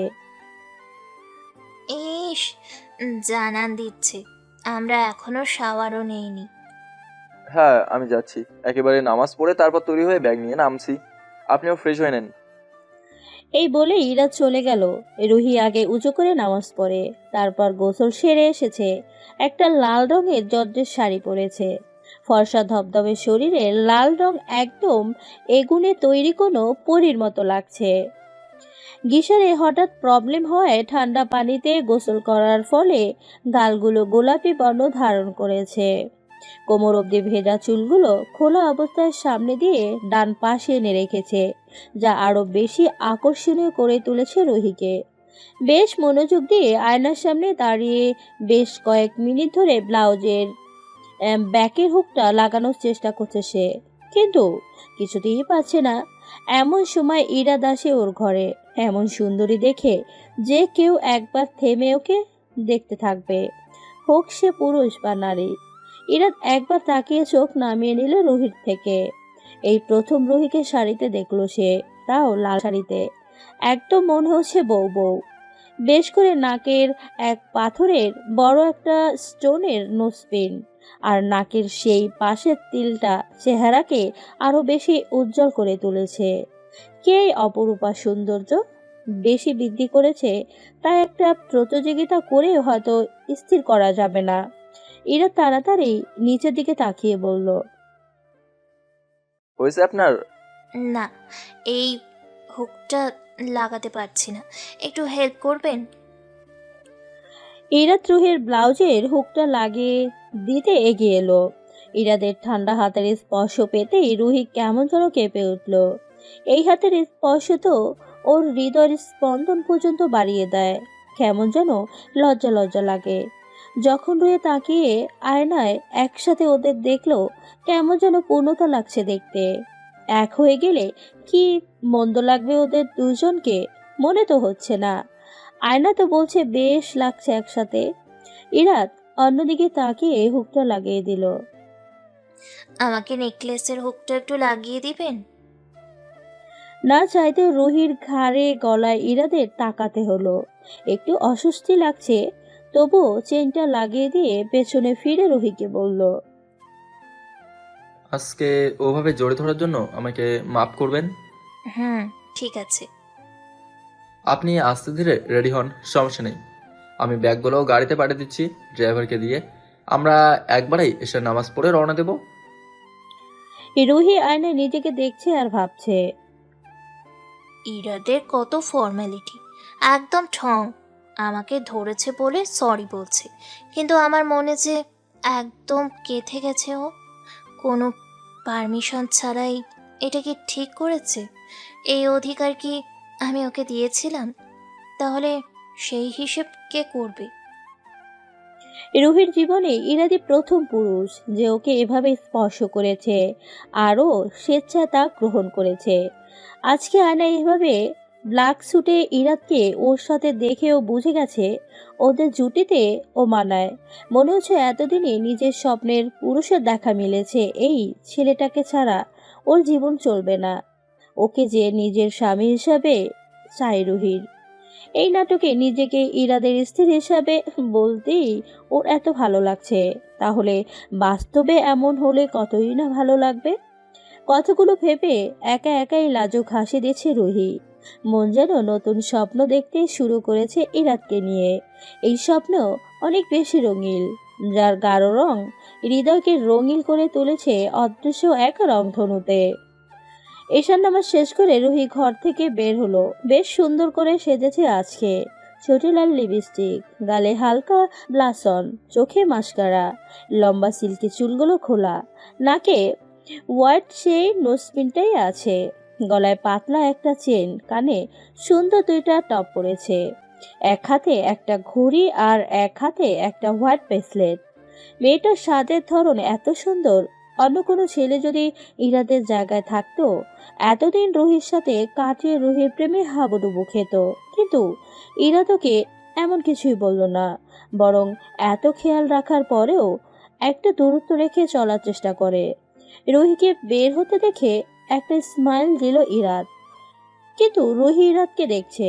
ব্ল্যাক স্যুট পরেছে ও ব্ল্যাক ব্রাশ করা চুল জেল দিয়ে রেখেছে ফর্সা চেহারায়। কোচা কোচা দাঁড়িয়ে মোবাইলে কি যেন দেখছিল সে। রুহিকে আসতে দেখে একটা স্মাইল দিয়ে আবারও ফোনে মনোযোগ দিল। আবার একটু পর বাঁকা হয়ে উল্টো দিকে সোফায় বসে পড়ল। রুহি দাঁড়িয়ে ভাবছে কিছু একটা করা দরকার। এই ছেলেটার মুখে নিজের একটু প্রশংসা শুনতে খুব করে ইচ্ছে করছে ওর। কি করা যায়? রুহি এগিয়ে গিয়ে ইরাদকে বলল, আপনাকে মাশাআল্লাহ খুব সুন্দর লাগছে। ধন্যবাদ। এই বলে মোবাইলটা রুহির দিকে এগিয়ে দিয়ে বলল, এটা আপনার নিউ ফোন। এতদিন বাসায় থাকতেন তখন ফোন নিতে চাননি, আমি কিছু বলিনি, না এখন নিতে হবে। ফোন দিয়ে কি করব? আমার সাথে কথা বলবেন। কথাটা শুনে রুহি ইরাদের দিকে তাকালো। ইরাদ নিজের কথায় নিজেই অপ্রস্তুত হয়ে বলে, বাসার বাইরে যাচ্ছি, দরকার হতেই পারে। আচ্ছা ঠিক আছে। রুহি মুচকি হাসলো, কথাটা ওর ভালো লেগেছে। গাড়িতে বসে আছে ইরাদ আর রুহি। রুহি মনে মনে বলছে, মানুষ না চাইতেও কত কমপ্লিমেন্ট দিত আমাকে, আর এইদিকে উনি আমার দিকে ঠিক মতো তাকিয়েও দেখে না। কঠিন একটা। রুহি একটু একটু রাগ ইরাদ বুঝতে পারছে, কিন্তু কারণটা ধরতে পারছে না ঠিকভাবে। তবে ড্রাইভারের সামনে কিছু জিজ্ঞেস না করাটা ইরাদের কাছে ঠিক মনে হলো। শাহিনদের পরিবারের সবাই অনেক ভালো, ইরাদকে অনেক পছন্দ করে। এই সুবাদে রুহিকেও তাদের পছন্দ হয়েছে অনেক। তাদের বাসায় ডিনার করে ইরাদ রুহি হেলিকপ্টারে করে মাত্র 28 মিনিটের মাথায় সিলেটে এসে পড়ল। ঢাকার তুলনায় শ্রীমঙ্গল খুব সুন্দর, গাছগাছালির সমারোহ, বেশ ঠান্ডাও পড়ে গেছে এখানে। একটা স্নিগ্ধ সুষমা ভরা পরিবেশ, থেমে থেমে দমকা হাওয়া বইছে, যেন চারিদিকে সবকিছু একত্রে নতুন জুটিকে বরণ করে নিচ্ছে। এবং হোটেলে ঢুকতেই ওরা স্পেশালি দুইজনকেই বরণ করে নিল। ম্যানেজার যখন বলল, welcome mister and Mrs Irat. রুহির খুব ভালো লাগলো মিসেস ইরাজ শব্দটা, বারবার মনে হচ্ছে কানে বাড়ি খাচ্ছিল। সবগুলো ফর্মালিটি কমপ্লিট করে যখন ওরা রুমে যাবে লবি থেকে, তখনই ইরাদের ছোটবেলার স্কুলের বন্ধু আরিশা আর পিয়ালের সাথে দেখা হয়। ওরা কলেজে থাকতে প্রেম করে বিয়ে করেছিল। আজ তারাও ভ্যাকেশনে এই হোটেলেই উঠেছে। এভাবে দেখা হওয়া তিনজনই খুব খুশি হয়ে যায়। রুহির সাথেও পরিচয় করে নেয় আরিশা নিজে থেকেই। মেয়েটা কে? তোর ওয়াইফ? হুম। ইরাদের আগেই রুহি উত্তর দিয়ে দেয়। আরিশা আর পিয়াল অনেক খুশি হয় খবরটা শুনে। মেয়েটা অনেক মায়াবী ইরাদ। থ্যাঙ্কস দোস্ত।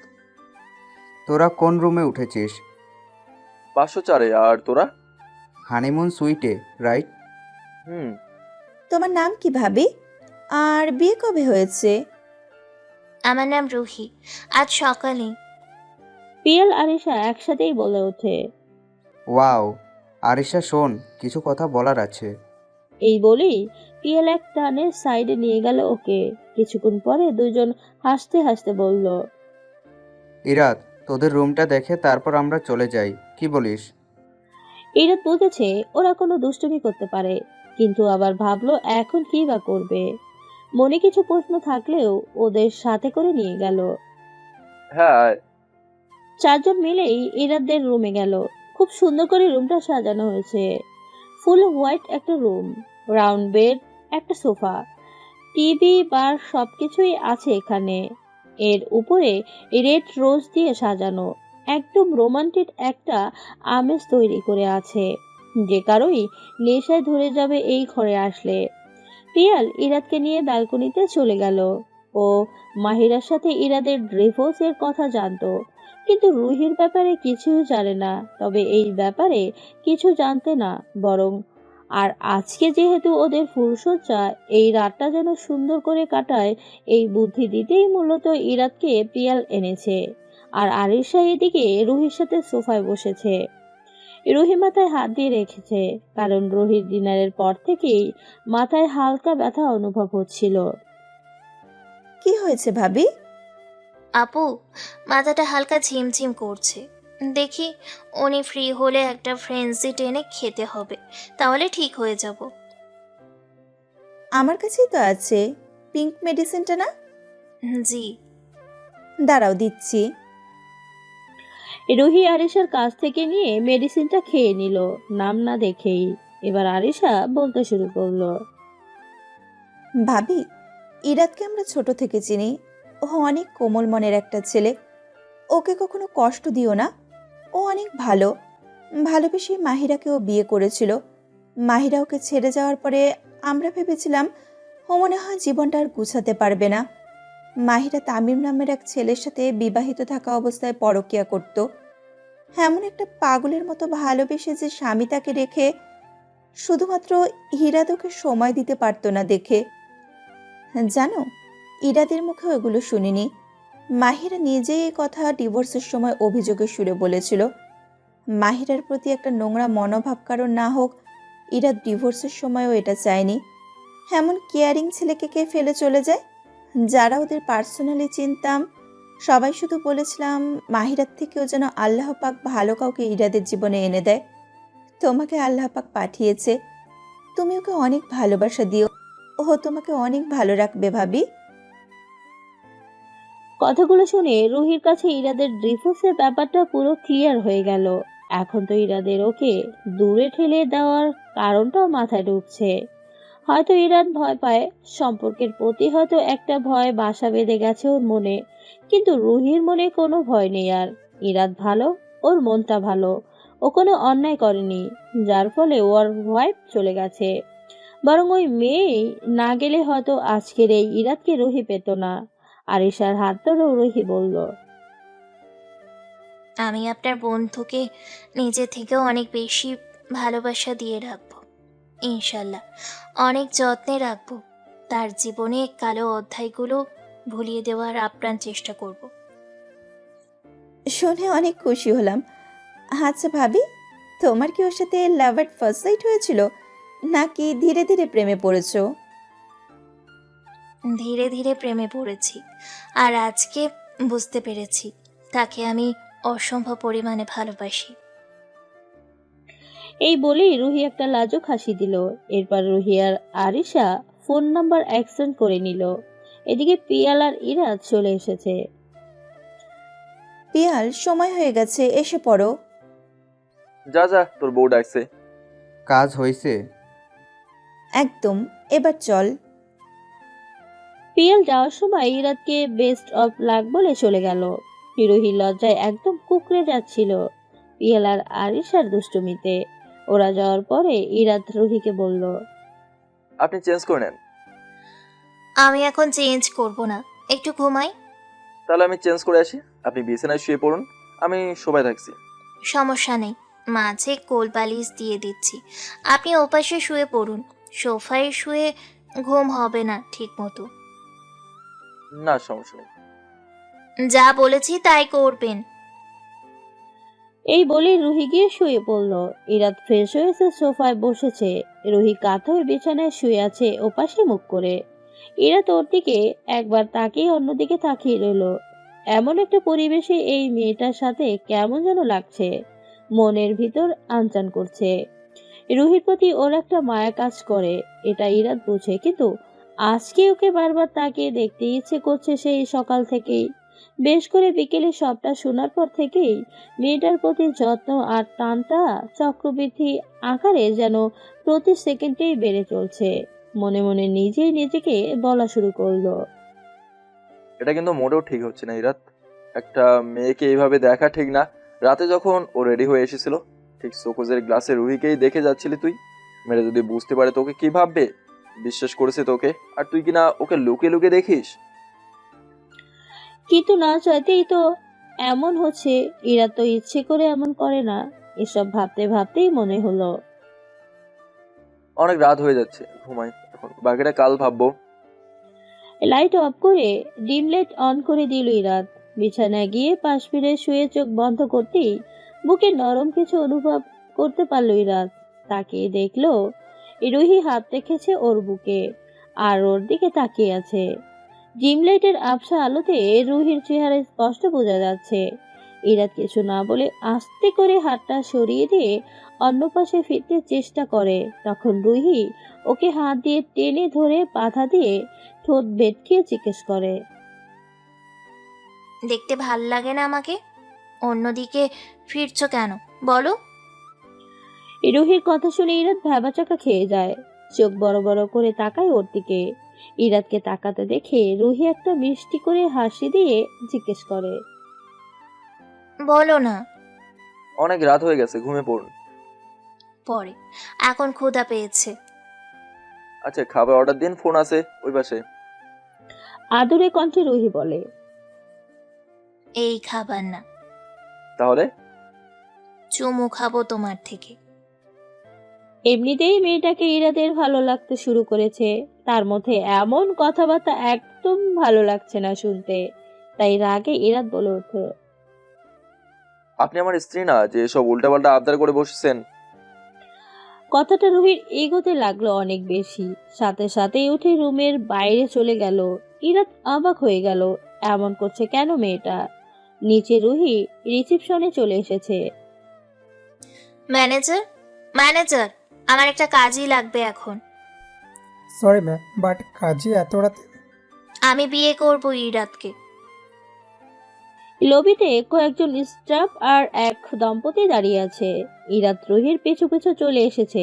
এসব শুনেও পুরোপুরি চমকে গিয়েছে আর বলে, অ্যাকচুয়ালি আমার ওয়াইফের সাথে আমার ঝগড়া হয়েছে একটু, তো ও বলেছে আবার বিয়ে করতে হবে ওকে। আমি বুঝে নিয়ে যাচ্ছি। রুহি কিছুই বলছে না। রুহি চলেন। না, যাব না, বিয়ে করতে হবে এক্ষুনি। সেই মাঝবয়সী দম্পতি একসাথেই এগিয়ে এসলো। মহিলাটা বলল রুহিকে, আপনি চাইলে আমরা আপনার সাহায্য করতে পারি। আমার স্বামী বিয়ে পড়ানোর কাজ করতেন, একটা সময় উনি কাজী। ইরাদের চোখ বড় বড় হয়ে গেল এবং সাথে সাথেই বলল, না থাক, দরকার নেই, ওনার রাগ এমনিতেই কমে যাবে। ইরাদের কথায় ভ্রুক্ষেপহীন হয়ে রুহি মহিলার কথা শুনে বলে, এখানে এই অবস্থায় আমাদের বিয়ে দেন। রুহি বিয়ে করবে কিভাবে? সাক্ষী লাগবে, কিন্তু এখানে তো কেউ নেই সাক্ষী দেবার। ইরাদের মাথায় এর থেকে বেশি আর কোনো বুদ্ধি আসলো না। পিয়াল ভাই আর আরিশা আপুকে ডাক দেন। ইরাদ কিছুই শুনছে না দেখে রুহি নিজের মোবাইল দিয়ে আরিশাকে কল দিয়ে নিচে আসতে বলল। এদিকে কাজী সাহেবও প্রস্তুত। আরিশা আর পিয়াল ব্যাপারটা খুব এনজয় করছে। রুহির চোখ খুশিতে চকচক করছে। আর ইরাদের মাথায় খেলছে না রুহি এমন কেন করছে। কিছু সময়ের মধ্যেই ওদের বিয়ে সম্পন্ন হলো। ঘরে থাকতে থাকতেই রুহি আজ ইরাদের স্ত্রী হয়ে গেল। একটা বন্ধনে আবদ্ধ হয়ে গেল, পবিত্র একটা বন্ধন। রুহি কেন এত পাগলামি করলো, কি আসল কারণ হতে পারে, এটা ইরাদের মাথায় নেই। বিয়ে তো ছেলে খেলা না। যে মেয়ে মুখ ফুটে পছন্দ করে কিছু খেতে পর্যন্ত চায় না, আর সে জোর করে বিয়ে করে নিল। রুহিকে পাশে শুতে বলে ইরাদও শুয়ে পড়ল। রুহি ওর কোমর জড়িয়ে ধরে বলল, এবার দাও না খেতে। ইরাদ বুঝেছে রুহি কি চাইছে, কিন্তু ও কিছু না বলেই এবার রুহির হাত সরিয়ে অন্যদিকে ফিরে শুয়ে পড়তে নেয়। রুহি এবার রাগে ইরাদের পেটের উপরে উঠে বসে। ইরাদের অস্বস্তি বেড়ে গেছে অনেকাংশ। মেয়েটা করছে কি আর কি আবল তাবল বলছে সব। ইরাত, আমাকে ভাল লাগে না তোমার? রুহির এখন এরকম অস্বাভাবিক অবস্থায় আছে, যা দেখে ইরাদের মনে হচ্ছে ওকে নিরুৎসাহিত করতে হবে। তাই উত্তরটা তেমন ভাবেই দিল ইরাদ। না লাগে না একটু, এবার সরুন। ভালো মতো দেখছো আমাকে কখনো? দেখার ইচ্ছেই নেই। কথাটা রুহির খুব রাগ উঠে গেল। একটা নেশারের আঁচলটা টেনে ফেলে দিল। ইরাত এবার নিজের চোখ ঢেকে ফেললো হাত দিয়ে। কি করছেন আপনি? তুমি আমাকে দেখছো না কেন? ভালো লাগে না তাই। এবার কোল থেকে সরে রুহির শাড়ির সাথে ব্লাউজটাও খুলে ফেলে দিল মাটিতে। হীরা চোখে হাত দিয়ে ঠেকে রেখেছে, এই জন্যই রুহির মন খারাপ হয়ে গেল। সে কান্না শুরু করে দিল। ইরাত কান্নার আওয়াজে তাকিয়ে দেখে এবার আর কিছু বলতে পারছে না। মেয়েটাকে দেখলে এমনিতেই হার্টবিট কেমন যেন দ্রুত ওঠানামা করতে থাকে। আর এমন রাতের বেলা হুট করে বিয়ে, এরপরে এই অবস্থা। ওকে এরকম কামনীয় দৃষ্টিতে তাকিয়ে ফুপিয়ে কান্না করতে দেখে নিজেকে আর সামলে রাখা প্রায় অসম্ভব হয়ে যাচ্ছে। ইরাতকে তাকাতে দেখে রুহি আবারও জিজ্ঞেস করলো, সত্যি কি একটুও ভাল লাগে না আমাকে? ইরাত এবার মুখ অন্যদিকে ঘুরিয়ে বলে ফেললো, ভালো লাগে অনেক। রুহি এবার একটা হাসি দিয়ে এক ছটকায় ইরাতকে জড়িয়ে ধরে ওর বুকে লেপটে গেল। ইরাদের বুকে আস্তে আস্তে মুখ ঘষে চলছে ও। ইরাত ওকে ধরছে না। রুহির হৃদয় স্পন্দন বেড়ে গেছে। ইরাত তাই স্পষ্ট অনুভব করতে পারছে। তাহলে একটুও আদর করো না কেন আমাকে ইরাত? আমি যে কত বাহানা খুঁজে বেড়াই তোমার থেকে একটু আদর পাওয়ার। ইরাত এসব কথাতে অনেক বেশি দুর্বল অনুভব করছে রুহির প্রতি। তারপরেও তার হাত দুটো একদম সংযত করে রেখেছে। ইরাদের একটা হাত নিয়ে রুহি ওর উন্মুক্ত কোমরে রেখে বলল, আদর করো আমাকে। আমাকে এভাবে দেখে আদর করতে ইচ্ছে করছে না তোমার? আমার সর্বস্ব দিয়ে তোমাকে চাইছি, বিয়েও করেছি। এখন তো আমি তোমার বউ, আমাকে আদর দিচ্ছ না কেন? ইরাত এবার নিজেকে কন্ট্রোল করতে না পেরে রুহিকে বিছানায় শুয়ে দিয়ে নিজের টি শার্টটা খুলে ফেলে রুহিকে জড়িয়ে ধরে ওর কপালে, গালে, গলায়, কানে অজস্র চুমোতে ভরিয়ে দিল। রুহিও একই কাজ করছে। কেমন একটা গভীর মোহনীয়তায় ভুগে যাচ্ছে দুজন। রুহির ফর্সা চেহারায় উত্তেজনা, ভালো লাগা সব মিলিয়ে লাল হয়ে গেছে। ঠোঁট তো কাঁপছে, সারা শরীর গরম হয়ে গেছে। ইরাদ আজকে ওকে নতুন করে আবিষ্কার করছে। প্রতিটি স্পর্শ ইরাদের মনে আর রুহির পুরো শরীরে একটা কম্পন তৈরি করে চলেছে। কেমন যেন একটা নেশা আছে রুহির ঠোঁটে। ইরাদ যখন রুহির ঠোঁটে চুমু দিতে যাবে তখন হঠাৎ করে মনে পড়ল, যাই হোক, মেয়েটা ওর স্ত্রী হলেও এভাবে মোহর ঘরে থেকে সবকিছু করে ফেলা ঠিক না। এতে রুহির অনেক বড় ক্ষতি হবে। যদি শুধুমাত্রই এটা রুহির শারীরিক চাহিদা হয়ে থাকে, যদি ইরাদের মনে ওকে নিয়ে যেমন একটা টান কাজ করে ওর মনে এমন কিছু কাজ না করে থাকে, তাহলে কাল সকালে রুহি ইরাদকে মাফ করতে পারবে না। আর ইরাদ চায় না রুহি ওকে খারাপ ভাবুক। কিন্তু রুহির এমন আচরণ, এমন স্পর্শ, এরকম কথা সব মিলিয়ে ওকে পাগল করে দিচ্ছে। কোনোভাবেই নিজেকে সামলাতে পারছে না আর। আদর দাও, থেমে যাচ্ছ কেন? ইরাত এবার দাঁড়িয়ে ওকে কোলে তুলে নিল। রুহি ওর গলা জড়িয়ে ধরে খিলখিল করে হেসে দিল। ইরাত সোজা ওকে বাথরুমে নিয়ে শাওয়ার ছেড়ে দিয়ে বের হয়ে যেতে চাইলো। এই শীতে একমাত্র ঠান্ডা পানিতেই গোসল যদি রুহিকে শান্ত করতে পারে, এই আশায়। শাওয়ার ছাড়তেই রুহি এক টানে ইরাতকেও ভিজিয়ে দিল। অনেকক্ষণ চোখ বন্ধ করে ইরাদের বুকে মাথা দিয়ে দাঁড়িয়ে রইল রুহি। ইরাদের অনেক শান্তি লাগছে রুহির মাথাটা ওর বুকে নিয়ে রাখতে। রুহি এখন কিছুটা শান্ত হয়েছে। ইরাত ওকে কাপড় এনে দিয়েছে, এখন ও নিজেই চেঞ্জ করে নিয়েছে। একটা আকাশি সালোয়ার কামিজ পরে বেরিয়ে এসেছে বাথরুম থেকে, আর ইরাতও চেঞ্জ করে নিয়েছে। ওদের কাপড়গুলো ইরাত বারান্দায় নেড়ে দিয়ে রুমে এলো। রুহি আছো অবস্থায় বিছানায় হেলান দিয়ে বসে আছে চোখ বন্ধ করে। ইরাত বিছানায় এসে শুয়ে পড়েছে। রুহি ওকে দেখে এবার আস্তে করে ওর বুকে মাথা দিয়ে শুয়ে আর এক হাত দিয়ে ওকে জড়িয়ে ধরে শুয়ে পড়ল। ঠান্ডা লাগছে অনেক। এখন ইরাত কোনো বাধা দিচ্ছে না, বরং হাত বুলিয়ে দিচ্ছে রুহির মাথায়। ব্ল্যাঙ্কেটটা ওদের উপরে টেনে আঁকড়ে ধরল রুহিকে। মেয়েটা এত শান্তি দেয় কেন আমাকে? ওর চোখও যেন আমার সাথে কথা বলে। রুহি ঘুমিয়ে গিয়েছে। ইরাদের অনেক ভালো লাগছে রুহিকে বুকে নিয়ে। মনে একটা সুখ এসে জমা হয়েছে, কিন্তু অনুভূতিগুলো এমন কেন? ইরাদ কি প্রেমে পড়লো আবারও? কে যেন বলেছিল প্রেম জীবনে একবারই আসে। কথাটি ইরাদের আজকে মিথ্যে মনে হচ্ছে, কারণ আজকে হঠাৎ করেই মেয়েটার প্রেমে পড়ে গেছে ইরাদ। এই প্রেম যেন নিজেকে পূর্ণতা দিচ্ছে, আগুনে পানি ঢেলে দিয়েছে, মনের সব দুঃখ কষ্ট মুছে দিয়েছে, স্বস্তি আর সজীবতা এনে দিয়েছে। এ মেয়ে না, যেন একটা আদুরে বাচ্চা যে ইরাদকে বাধ্য করেছে নিজের প্রেমে পড়তে।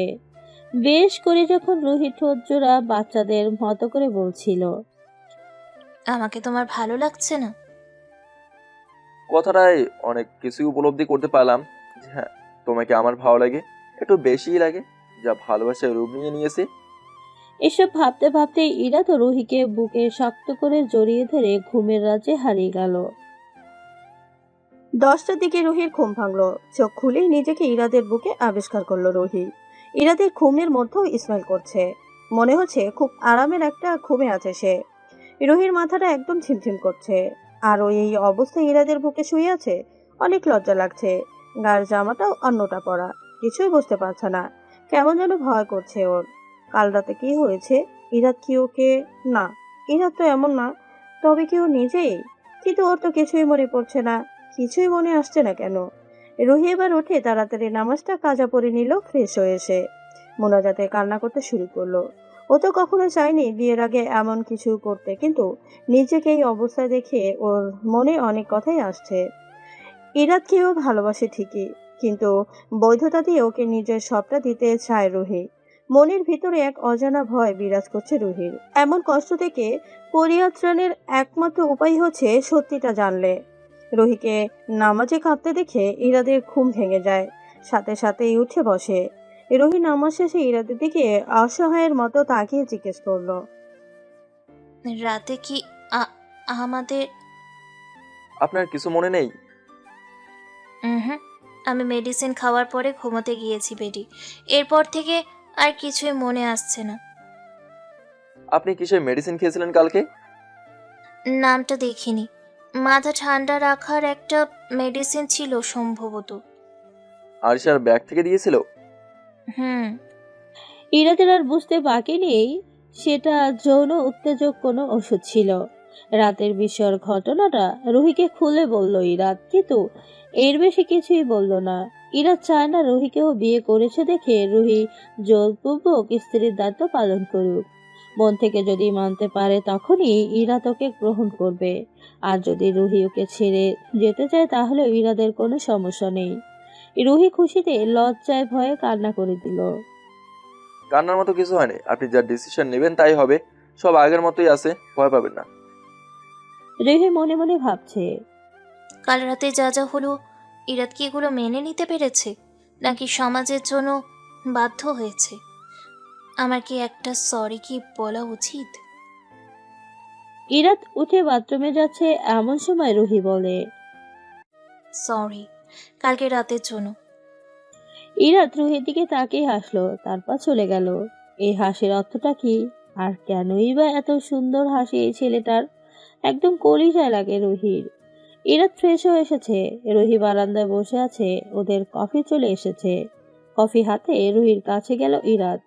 শ্রীমঙ্গল এত সুন্দর করে ইরাদকে ওর ভালোবাসা বুঝিয়ে দিবে এটা ইরাদ জীবনেও ভাবেনি। ইচ্ছে করছে রুহিকে বলতে,